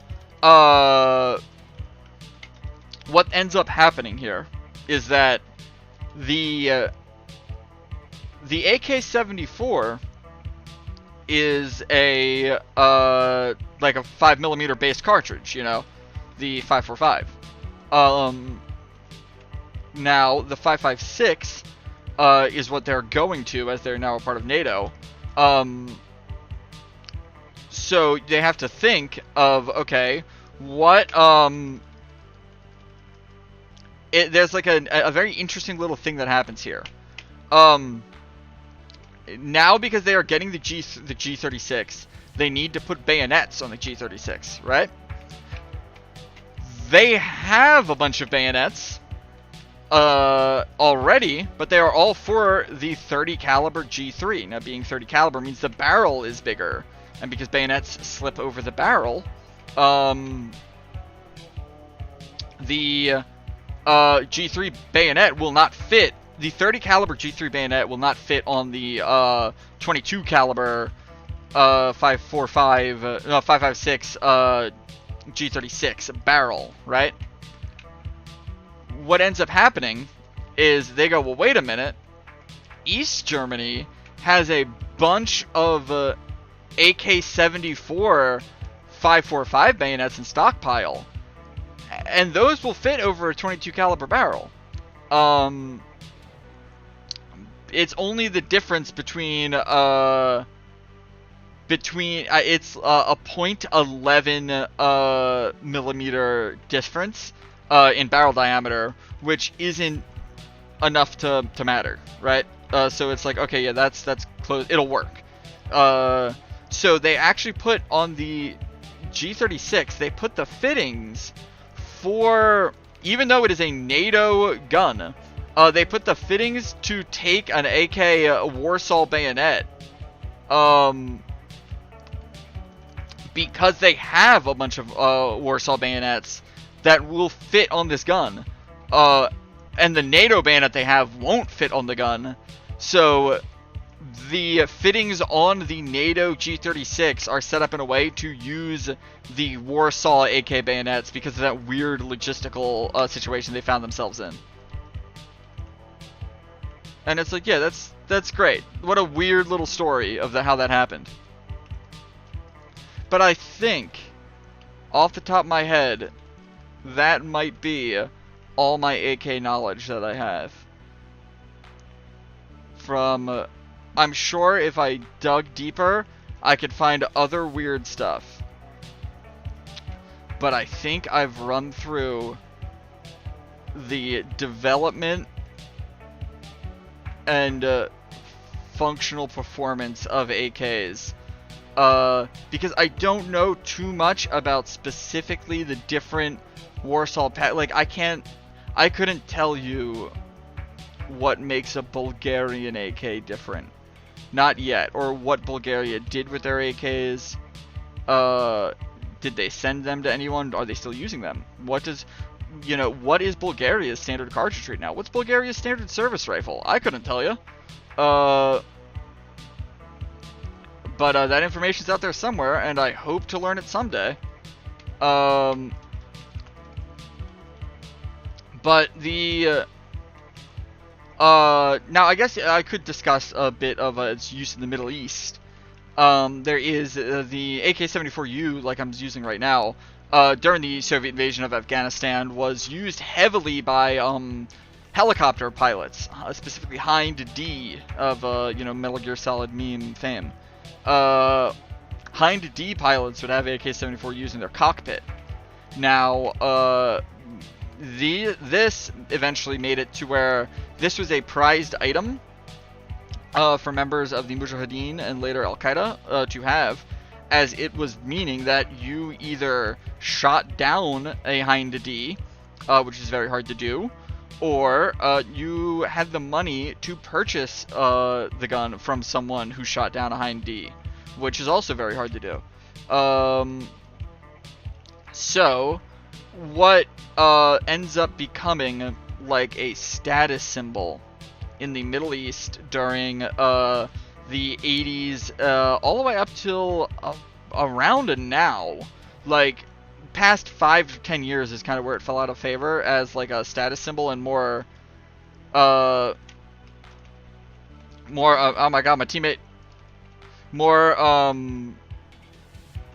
American service guns are seen as status symbols. But the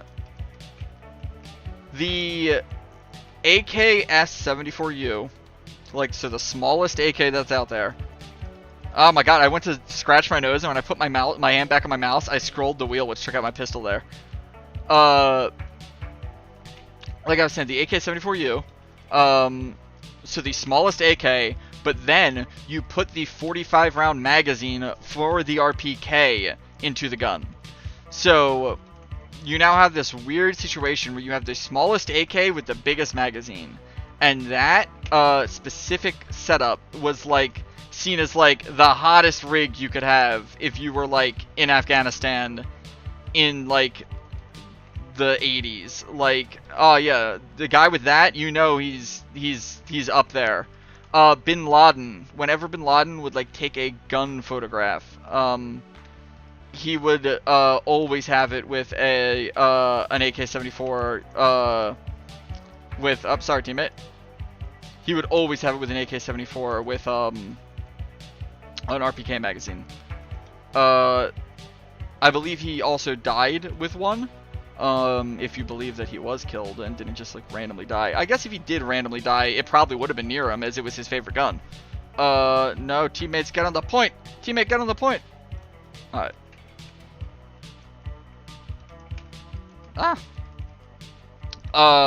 But yeah, the whole thing of that is very, I think, like, cool. It's like, yeah, because if you did want, like, a cool close quarters AK, that's definitely, you know, how you do it. They certainly are neat. That kind of, I guess that's the way you could say it about that kind of Soviet Afghanistan era AK. They certainly are neat. Look at that objective time. 2 minutes on the objective for me. One guy with 30 seconds. The other 3 guys on the team like nothing. But with that, I have talked quite a bit about the AK. Pretty much everything I know about the AK in this AK special, I guess, that we're having today. Actually, wait, hold on. What is the? Nah, yeah, I could do 2 more games to get this 74U probably all the way completed. But I'll move the topic from AKs and actually guns in general, shockingly, to I would love to talk about all the fun Twitter rampage and drama, and I guess Instagram rampage and drama that is going on with The Rock and Black Adam. Oh yeah, that's the thing, Blue, is most people's knowledge about the AK is a lie. When they think of the AK-47, as I said all the way in the beginning, they're not thinking of the AK-47, they're thinking of the AKM. And there's a whole reason for that. A whole reason that in fact took about 2 hours to explain. But I think the funniest thing that has happened all year is all the weird stuff with Black Adam. Now, if there was one thing I can talk about almost as much as guns, it would be DC Comics. Now, I love DC Comics. I hate DC Comics films. I also hate Marvel films, but I really don't like the DC films because the Marvel films, Marvel movies, feel like they are like embarrassed that they're from comics. You know, like a Marvel character will show up, and like he'll be like, "Hi, I'm a Marvel character," and then some guy will be like, say like a witty line about him. You know, like, you know, like the Spider-Man villain will show up and be like Paste Pot Pete, and some guy will be like, "Oh, Paste Pot Pete, you know, is that your name on the birth certificate?" Like, and it's like, haha, it's because it's a funny comic book name, and it's like, you get that out of here. Yeah, the DC, that's the thing, is, so the Marvel movies are like okay fun, but they're a little bit of an embarrassed that they're, you know, they're comic books. They're like, this is a little silly, isn't it?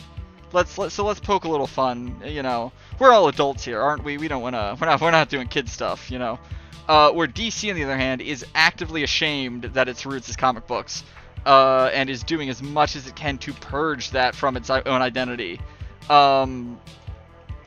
DC has a vitriol disdain for specifically Zack Snyder penned projects, and because of that, the entire cinematic franchise has been who is contesting this? Did that what? Hello, sir? Oh, there you are. The entire cinematic franchise has been tainted with a disdain for the character's origins. So you have all this stuff that then culminates in what I'm sure this is not true. What all of this, but is it so funny to imagine it's true? What the story seems to be, based on reports. And like I said, this is so ludicrous that I can't imagine all of it is true. But I will repeat them here as a source of comedy because I find it hilarious. But I will take it all with a grain of salt. So apparently, the current narrative is, it has long been said that The Rock kinda looks like Black Adam, and he should play Black Adam. I was saying this like a decade ago. Though now I have come to the conclusion that The Rock should not play Black Adam. The Rock should play Lex Luthor. Because Lex Luthor, people aren't really supposed to know that, like, he doesn't like Superman. And he's not supposed to be, like, a villain in people's eyes. People are supposed to like him. It's like, he's supposed to be like he's supposed to be like a cool guy that is like, everyone's like, it's Lex Luthor, like, he's so fun, look at that charisma. And that's like what The Rock is. The Rock is, I don't think The Rock has ever been in a good movie, but people go and see him because they like seeing The Rock. They're like, look at him, he's fun, he's on the screen, he's with Kevin Hart, and they're making jokes. They like his presence, and that's what people like about Lex Luthor. They're like, oh, he's great. It's like, what if, like, it kind of like Elon Musk, where they like Elon Musk fans, they like, it's like, look, he posted a Pepe.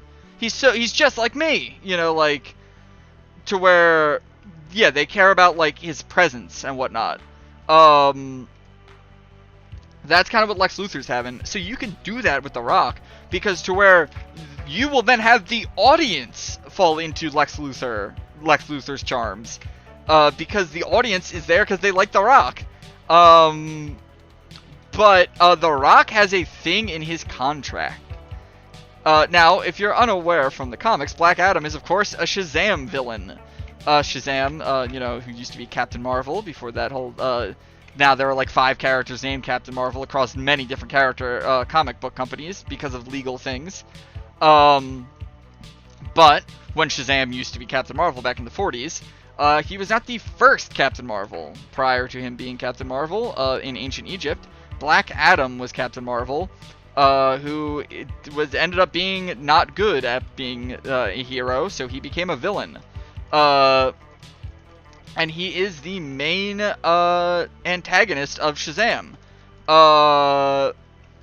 Now, over the years, he has taken an anti-hero role at times. but almost always this reverts back to his a negative trait of his, like a selfishness or an egoism, to have him go back to being a villain. Currently, right now in the comics, he is heroic. I'm like 2 issues back of the current DC Crisis, so I'm not sure how he's doing in that. But he was on the Justice League for a while, and was actually the only there's a whole thing with the Crisis right now where the Justice League died, but not really. But no one really believed they're dead, because they come back anyway. Like even like literally Nightwing is like, yeah, Superman and Batman, they die all the time, guys, don't worry about it. So, but of that group, the only survivor was Black Adam. No, this is probably done to have some promotion for the film, to have him be in the comics. Now also maybe the fact that Geoff Johns wrote a lot of the Black Adam heroic comics of the 2000s, and Geoff Johns also was a major head at DC Studios during the time where Black Adam would have been written, meaning that, hey, if Geoff Johns writes a comic book and then decides to make a movie based off a comic book written by Geoff Johns, then Geoff Johns gets the residual writing credits for that film and gets more money, and it's a whole thing. That's why all the DC movies, that is why the New 52, I'm very certain that the actual creative instinct behind the New 52 being pitched and implemented was not as a comics sales boost, but to wipe the slate clean of the pre-established origins of the characters, to then allow Geoff Johns and Jim Lee and the other heads of DC at the time, and along with Dan Didio, to then have their takes on the origin be presented, and have those direct adaptations used for the DCEU, meaning that they are now the residual writers of that story. It's a big thing that has never been confirmed, but as someone who studies media, that seems to be what the case would be from my perspective. Which is a shame, because while I don't like a lot of Geoff Johns things, I love his work in the JSA. And that's what Black Adam, the film, seems to have been based around, is his work in the JSA, of which Black Adam played a major role, and it was his first kind of anti-hero performance. But all of this, The Rock seems to not care about. The Rock seems to want a franchise. The Rock when you see Chris Evans, you don't always say, hey, look, it's Chris Evans. You'll be like, oh yeah, Captain America was in that, Like, you'll be like, oh yeah, I went and saw that movie. Yeah, Captain America was in it. He wants that. But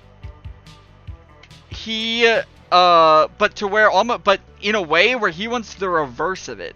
He doesn't want you thinking Black Adam is The Rock.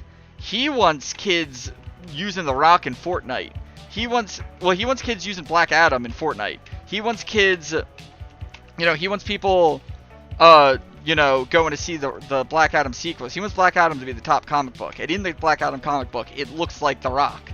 He doesn't want to play Black Adam. He wants to become a superhero star. He wants to be a superhero, and it just so happens to be one kind of looks like him, so he will use that to his advantage to fuel this.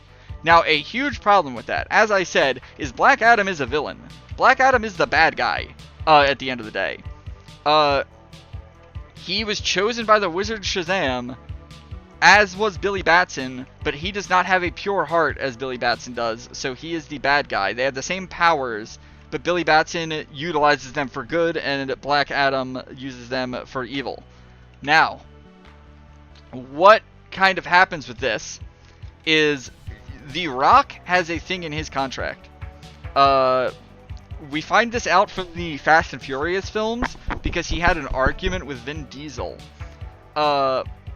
where Vin Diesel was like, yeah, I gotta beat you, in one of these movies, you and me are gonna fight, and then, you are the villain of the film, so I am the hero, so me, Vin Diesel, will win the fight, because, you want the good guy to win.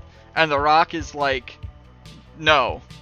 The Rock was like, he was like, yeah, like, he can be the villain, and he can have his plan to not come through, but The Rock will not allow footage of him losing a brawl, a fight, a like fist fight with another actor. So like if he reads the script and it says then Vin Diesel punches The Rock and The Rock gets knocked unconscious, The Rock will not allow that in the script. He has to have his character not lose a fight.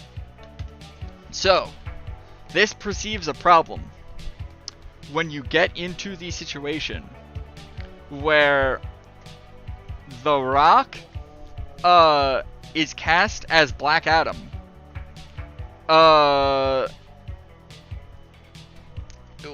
Where he doesn't really care about Black Adam from a perspective. I think I just got a, we can go a little AK history here. Yeah, this suppressor here is, a suppressor that was specifically designed for the AK-74U, used in Afghanistan. So that's a little bit of 74U history there.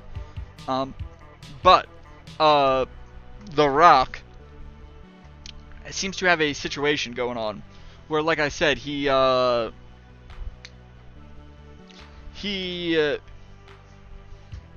a master plan, right? A Machiavellian scheme. He's sitting there like Gendo Ikari with his hands together. Allegedly. Which I find very funny, because it's like, surely that's not what actually happened, right? Surely the production of Black Adam was not a Machiavellian scheme created by mastermind Dwayne "The Rock" Johnson. But that's what the headlines would like you to believe. And for comedic purposes, sure, I'll believe it. Earlier I talked about that AK mounting bracket thing that goes over the side of the gun. You can see it right here, actually. I just noticed. It's what is on this AK right now to hold the sight on. You can see it's not on the dust cover. It's like a claw that comes over top. So, you would assume, being that Black Adam is a Shazam villain, you know, maybe have him show up in Shazam, or have him fight Shazam. But, apparently, because DC is run, at DC, the inmates are running the asylum, they asked The Rock, they offered him, do you want to be in Shazam too for like a minute? Like, you want to show up? Which would then, you know, lead to potentially a Shazam 3, where you fight Shazam, which is, you know, what Black Adam is supposed to do, and he declined, and now the idea seems to be he does not want to interact with Shazam at all, because like I said, he is supposed to beat Shazam. Shazam is supposed to beat him. Which he will not allow. He does, though. He pressed super hard for Superman. Now, there's a couple of questions why. And Superman does appear, as spoilers for anyone who cares. I'm sure no one. Superman does appear in the end credits scene of Black Adam. Which is hyping up a fight between Superman and Black Adam. Now, Superman and Black Adam have fought many times. But, aside from kryptonite, Superman does have another weakness, which is magic. Magic can hurt Superman. And Black Adam and Shazam get their powers from magic. So, it is well established in the comics that Black Adam and Shazam are serious threats to Superman. To where Superman is also a threat to them because he is Superman. But if Superman and Black Adam fight, it is quite a match. So what the perceived idea is in the grand plan of The Rock. you set Superman up, and then you have Black Adam 2, right? Which is billed as a wrestling match, because, you know, The Rock gets his start in wrestling, so he knows about this stuff. This is what his entire, like, early career was, is you get Black Adam 2 to be Black Adam, to be Superman versus Black Adam. That's the entire draw of the film. Because as we know, when you have a character versus Superman in your movie, it sure is good for critical and box office success. Am I right, Batman v Superman? But anyway, yeah, it seems to be his plan is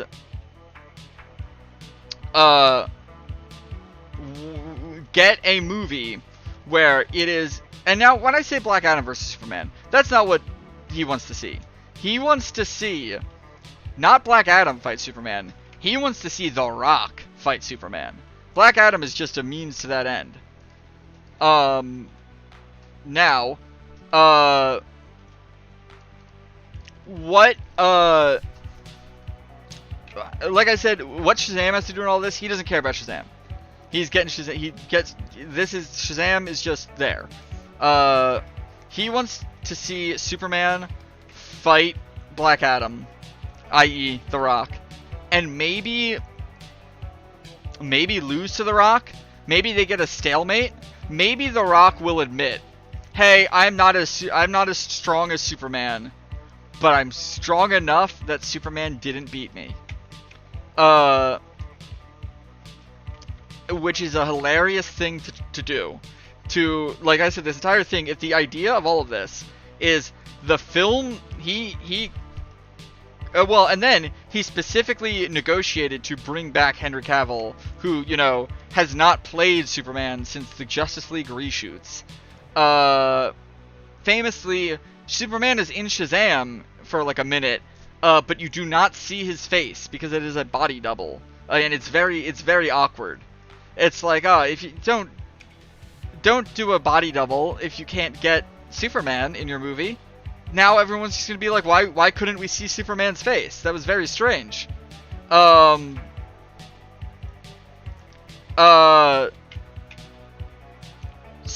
what ends up happening here is that Henry Cavill's finally pulled in to be Superman again. He's back. He leaves The Witcher, right? It's Superman time. All seemingly headlined by The Rock. And The Rock The Rock kind of like spoils leaks that Superman will be in Black Adam, and so now, because you know all those insane people that think that the Zack Snyder movies are good, now those people are all gonna come see Black Adam because Henry Cavill Superman's in it, and Henry Cavill Superman is Zack Snyder's Superman, so he is Henry Cavill approved. Meaning that The Rock is now Zack Snyder approved, essentially. So, oh yeah, oh boy, final kill. So, the way that this goes down is that, yeah, it's such a, that's what I'm saying, it's like, is this really what's happening with The Rock? It's his insane, like I said, like his, like, Gendo Akari. You know, this is why he should play Lex Luthor if he's making moves like this.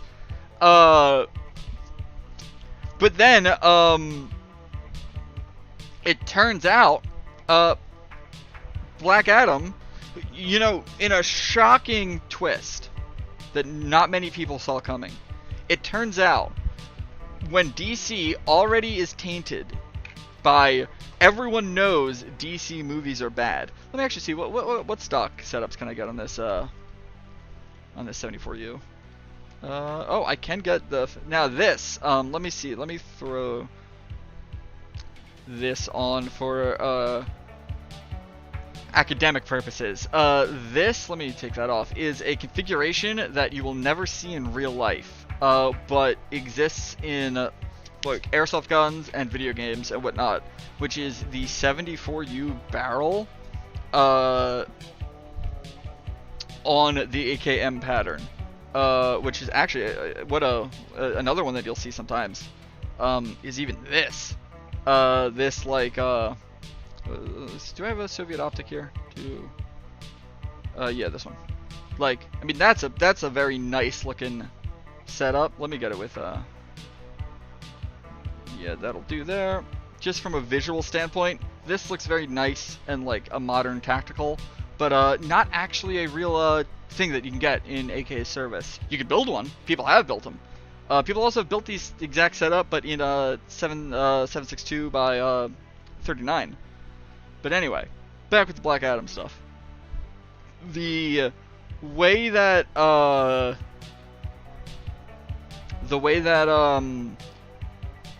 this ends up going down is the movie comes out, and yeah, like I said, turns out no one really wants to see a movie that is, one, made by DC Comics, because they've been tainted at this point. Even like the good DC movies, like, people are very hesitant to go see them. Like I said, I love DC. I don't see them. I don't go to the movie theater to see a DC Comics movie because I don't like them because they're bad. Even though I love the comics.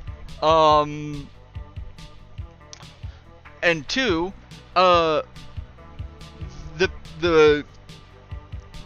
it's a Shazam villain standalone film.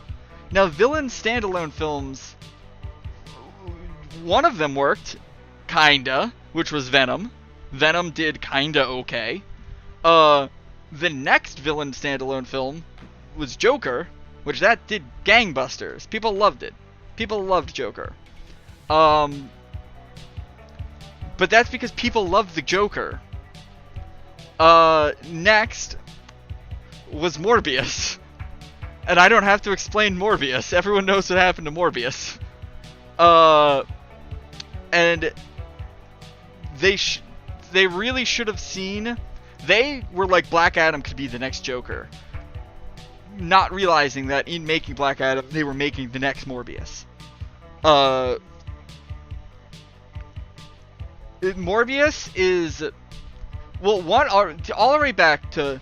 You know, Morbius is cursed from the start. Morbius appears in Spider-Man 101, which is a story about Spider-Man growing 4 additional arms. So he has 6 arms, so he's like a man spider.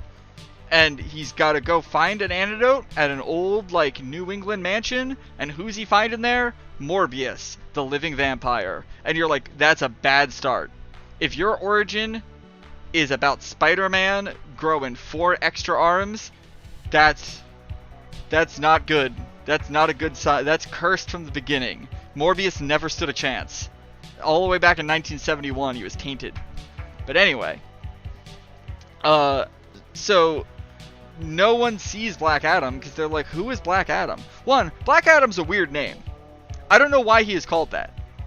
His name is like Toth Amam, or like Teth Adam, or in like ancient Egypt. Well, Kahndaq is his fictional country he's from. But it's a strange, unruly name. From the 1940s. So it's a strange way to title your film. Shazam, easy. Boom, we know what that means. It's wow, it's Flash. Well, 2, Black Adam didn't appear in Shazam. You'd think he would. They're in the same universe. As I said, he's a Shazam villain. But there's not, like, have him be a cameo. Have The Rock show up at the end of Shazam as Black Adam, and you're like, who's this guy? And then you see him in another movie, you know, like what Marvel does. But they didn't do that, because The Rock didn't want to be associated with Shazam, despite the fact that he's playing a Shazam villain. The JSA was put in the marketing, not too much, but enough. I love the JSA. They might be my favorite superhero team. But they were a bit weirdly marketed because no one but me cares about the JSA. In this kind of situation, no kid is like. No, you can say you do that with Guardians of the Galaxy, but Guardians of the Galaxy was very contained with the touch and vision of James Gunn. Shazam, I don't know who directed Shazam. I don't know who made that. So yeah, if you have a like, no kid's like, oh geez, you know, it's Hawkman. Like, even as a kid, I didn't like Hawkman because Hawkgirl's just cooler. I still don't really like Hawkman, though. The 1989 miniseries Hawk World, that's a good one. Or like Dr. Fate. I love Dr. Fate. And Pierce Brosnan's gonna play Dr. Fate. It's like, oh my god, that's great. That's such a cool idea. And it looks great. The costume's amazing. But it's like, you can't bill a film off of Dr. Fate. No, if it's not got something else. And I guess the entire something else that they were going for was people like The Rock, and people want to see Henry Cavill as Superman. But apparently people did not want to see those two things enough to pay for a ticket to see a movie made by DC Studios.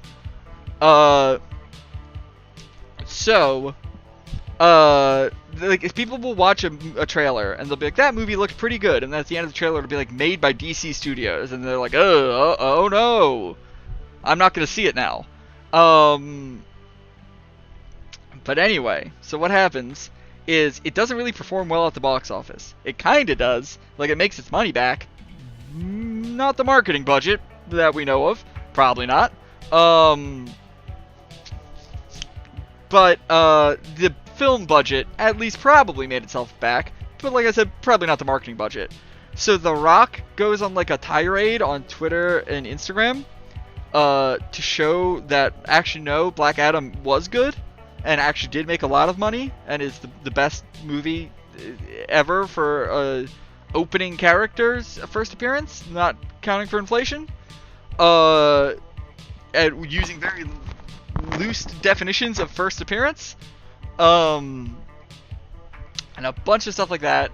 But then this is going on at the same time where James Gunn just is now given the seat to basically just do whatever he wants with DC, because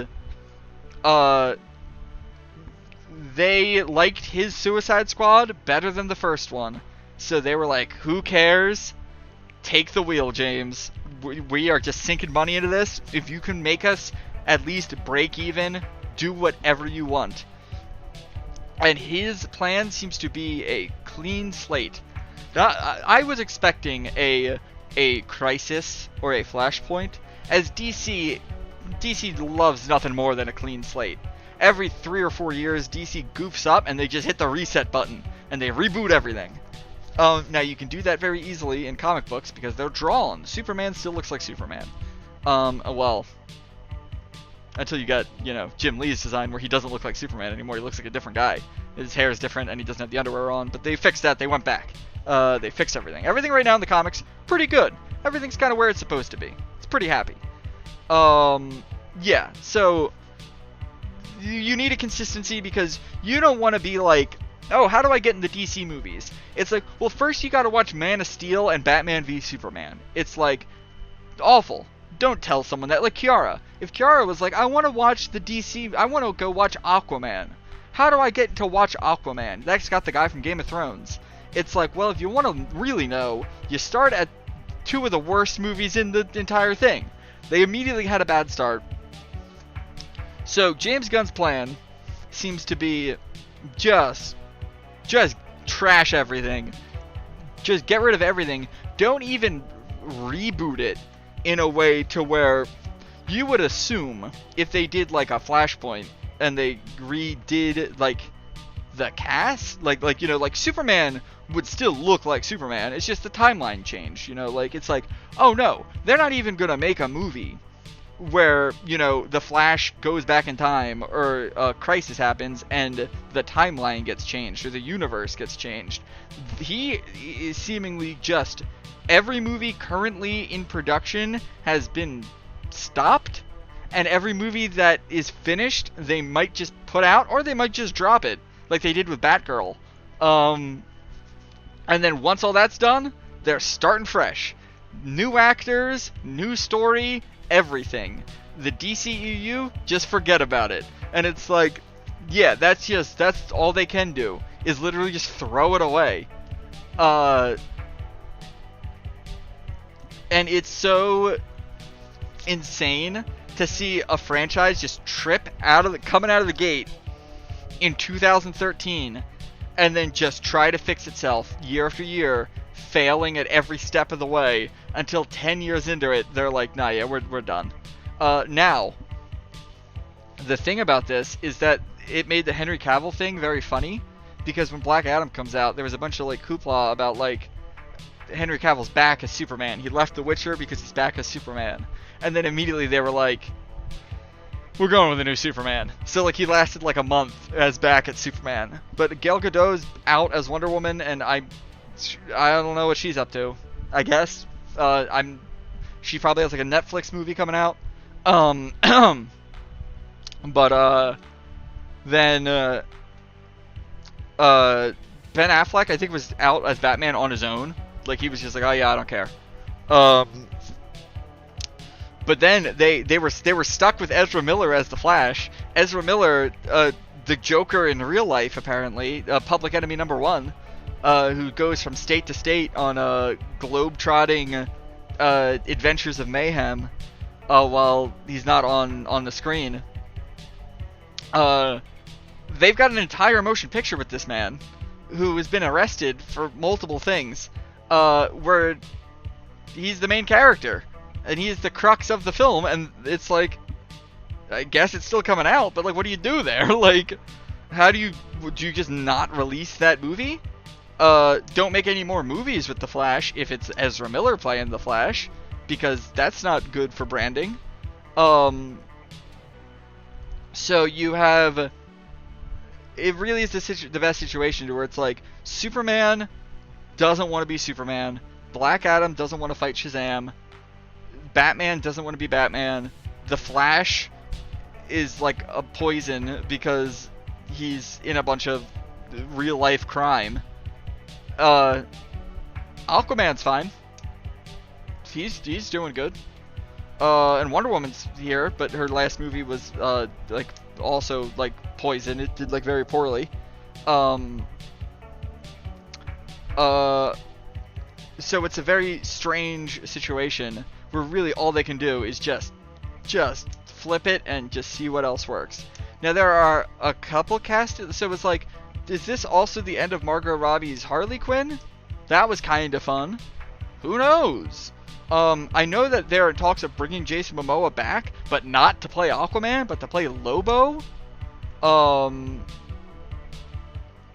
Yeah, Gal Gadot's Wonder Woman is fine. It would be interesting to see other, like, what else they can do with, probably the best DC movie in the DCEU is that first Wonder Woman movie. You watch it and you get like a warmth in your heart, and like there's a swell of music, and you're like, go save the day, Wonder Woman. And then she does, and you're like, yeah. And it's like, yeah, that's what you want to do when you're watching a DC Comics film. You wanna be like, Superman, go help that kid. A building's gonna fall on him, and then Superman flies over and he catches the building, and he's like, son, you best not play ball in this, destroyed part of town. And he's like, oh, I sure will, Superman. And he's like, you go have fun. And then he picks up the baseball and throws it, and the kid goes after it. And it's like, you're like, yeah. And like, he winks into the camera, and it's a nice charismatic lead, and you feel good watching him. Instead, the Superman we get, he's like just awful. He's just in turmoil all the time. You leave the theater just wanting to vomit. He's just killing people. Not even like with a dilemma. He's not even like, should I be taking lives by taking a life, am I saving more? He doesn't even question. He's like, no, yeah, I'm just gonna kill people. Who cares? Both Superman and Batman in the DCU just constantly kill people. Which is actually a weird thing, cinematically. Batman, kills people a lot in movies. The 1989 Batman, he just kills people easily. And in the Batman Returns, he openly just kills people, like, as a joke in one scene. Like, as a bit. It's very weird. But all of this has resulted in a weird thing where you have James Gunn on Twitter is being like, yeah, I'm just restarting everything. The Rock being like, no guys, Black Adam was great. News outlets being like, part of the downfall of DC was The Rock's attempted coup d'etat.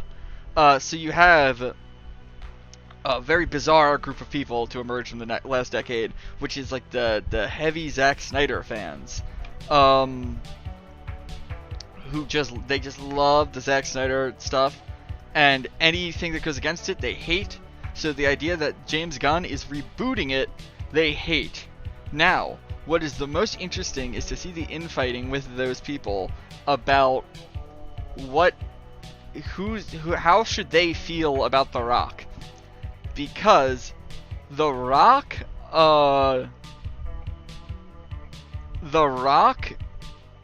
is in a situation where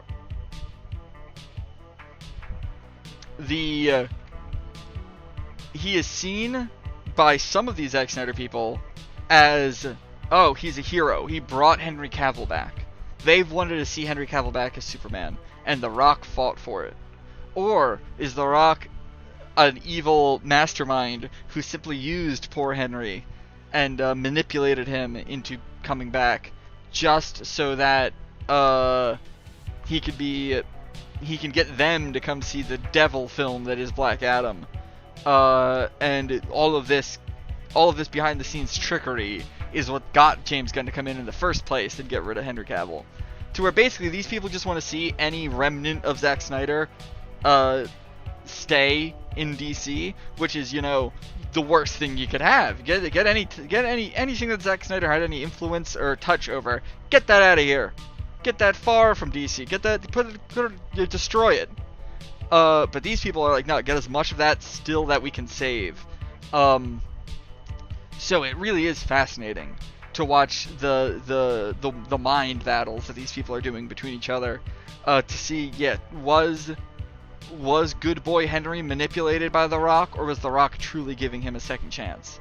And like I said, in all of this, the funniest image is the idea that The Rock is sitting at a desk somewhere, like, fingers crossed, like, ah yes, excellent, my plan is coming together, only for it to be foiled at the last moment, where he's like, curses! I've been found out by James Gunn. And it's like, I need to know what's happening. I cannot wait for the documentary or the book, the tell-all, docu-series on HBO about what on earth happened behind the scenes of the DCEU. But discussing that, I'm looking forward to the James Gunn films. I think James Gunn tells jokes a bit too much, to where he can't let a serious moment, like, you watch like a Guardians movie and then it'll be like, oh yeah, two characters will like hug, and then like Rocket Raccoon will be like, forget about it, and you're like, come on, like, just let the characters hug, and you don't have to have a guy be like, hey, I'm walking here, like on like the side, like, you just let him be happy, and you and the audience are like, yeah, I'm also happy. We don't need to undercut it with a joke, and he loves undercutting things with a joke. But if he is able to if he's able to resist that, then I can imagine a James Gunn-led DCEU to be very fun. To where, like I said, like, I just want to see Superman saving people, and then like he's with Batman and like Bruce Wayne and like Clark Kent. They go out to like lunch together because like they're good pals, and like they get a call, and he's like,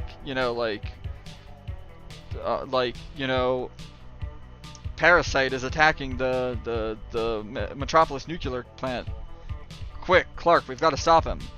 And they go, and then like Superman's fighting Parasite, where Batman's like going around, and he's like, are you in charge here? Sir, I need you to tell me where the controls are so I can prevent this meltdown. And Batman's on the computer hacking, and Superman's like fighting Parasite. And then like, Lois Lane's going around and she's covering all this, and you're like, this is how it ought to be.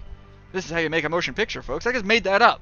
Like while I was talking, and like that's a Batman and Superman adventure right there. It's it's pulse pounding, and then it's then I don't know, like Superman's like, it's Parasite. He's sapping the solar energy from my body. Bruce, what do we do? I'm losing my strength with each passing second, and he's getting stronger. And then Batman's like, that's it, Clark. You know, use the last of your heat vision, overload the reactor, and then if we can, you know, if we can get the reactor to go off, but I cool it at the last second, it'll work like a vacuum. You'll lose your power momentarily, but so will Parasite. And then, you know, that happens, and then Batman punches Parasite because his human strength is enough to knock out the now powerless Parasite. And Batman, and you know, but there's going to be a small explosion, but contained to the facility. Lois Lane's already evacuated everyone, but now Superman, the effects were too great. He's not used to having no radiation, so he gets pulled out. So Batman's gotta drag him, and they drag each other out together, and then the explosion happens, and you know, you're like, oh, that was good. That was a hot 90-minute film where Superman and Batman save some construction workers working on the nuclear power plant from Parasite, and everyone got away, and there was some smile, there was some good adventure, there was some action, there were some touching moments. And you're like, and then, you know, they go and they get to have that dinner that they were gonna have earlier, that nice friend dinner, and maybe Lois Lane comes this time too, and then Bruce, you know, is like, and then oh yeah, this is my date, Selina Kyle, and you're like, what? Catwoman? She's gonna be in the next one, isn't she? Like, as Catwoman, and then, you know, the post-credit scene is you know, Parasite gets, you know, is in prison, and then you know, he gets released, and you're like, who released him? And then you see Lex Luthor was behind the computer, and it's like, oh, what's Lex Luthor planning?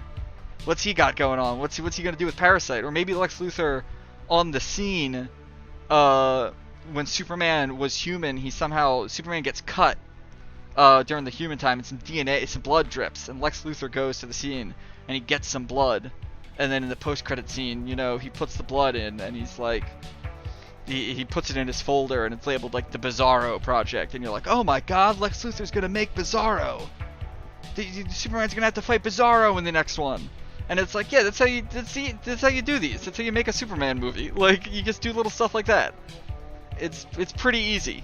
I don't know why they constantly fail at this. But yeah, that was enough. We got two. This is a double pack. We got 2 hours of AK tangents, and then an hour of DC film tangent. So yeah, which has killed my voice. I've noticed from this, I talk very, how would you say, motivated when I speak. And this is how I talk in real life as well. Oh yes, thank you, Blue. Which this does do a number on the throat. So yeah, I guess I'll be ending now. I guess we'll see what happens with Kiara this next week. If she is not healthy once more, I might do streams again. Probably will hop back to Fallout a bit. But yeah, that'll be it for today. So I guess I'll go back to my loading screen and then end the stream. But yeah, thanks for coming. Alright, see ya.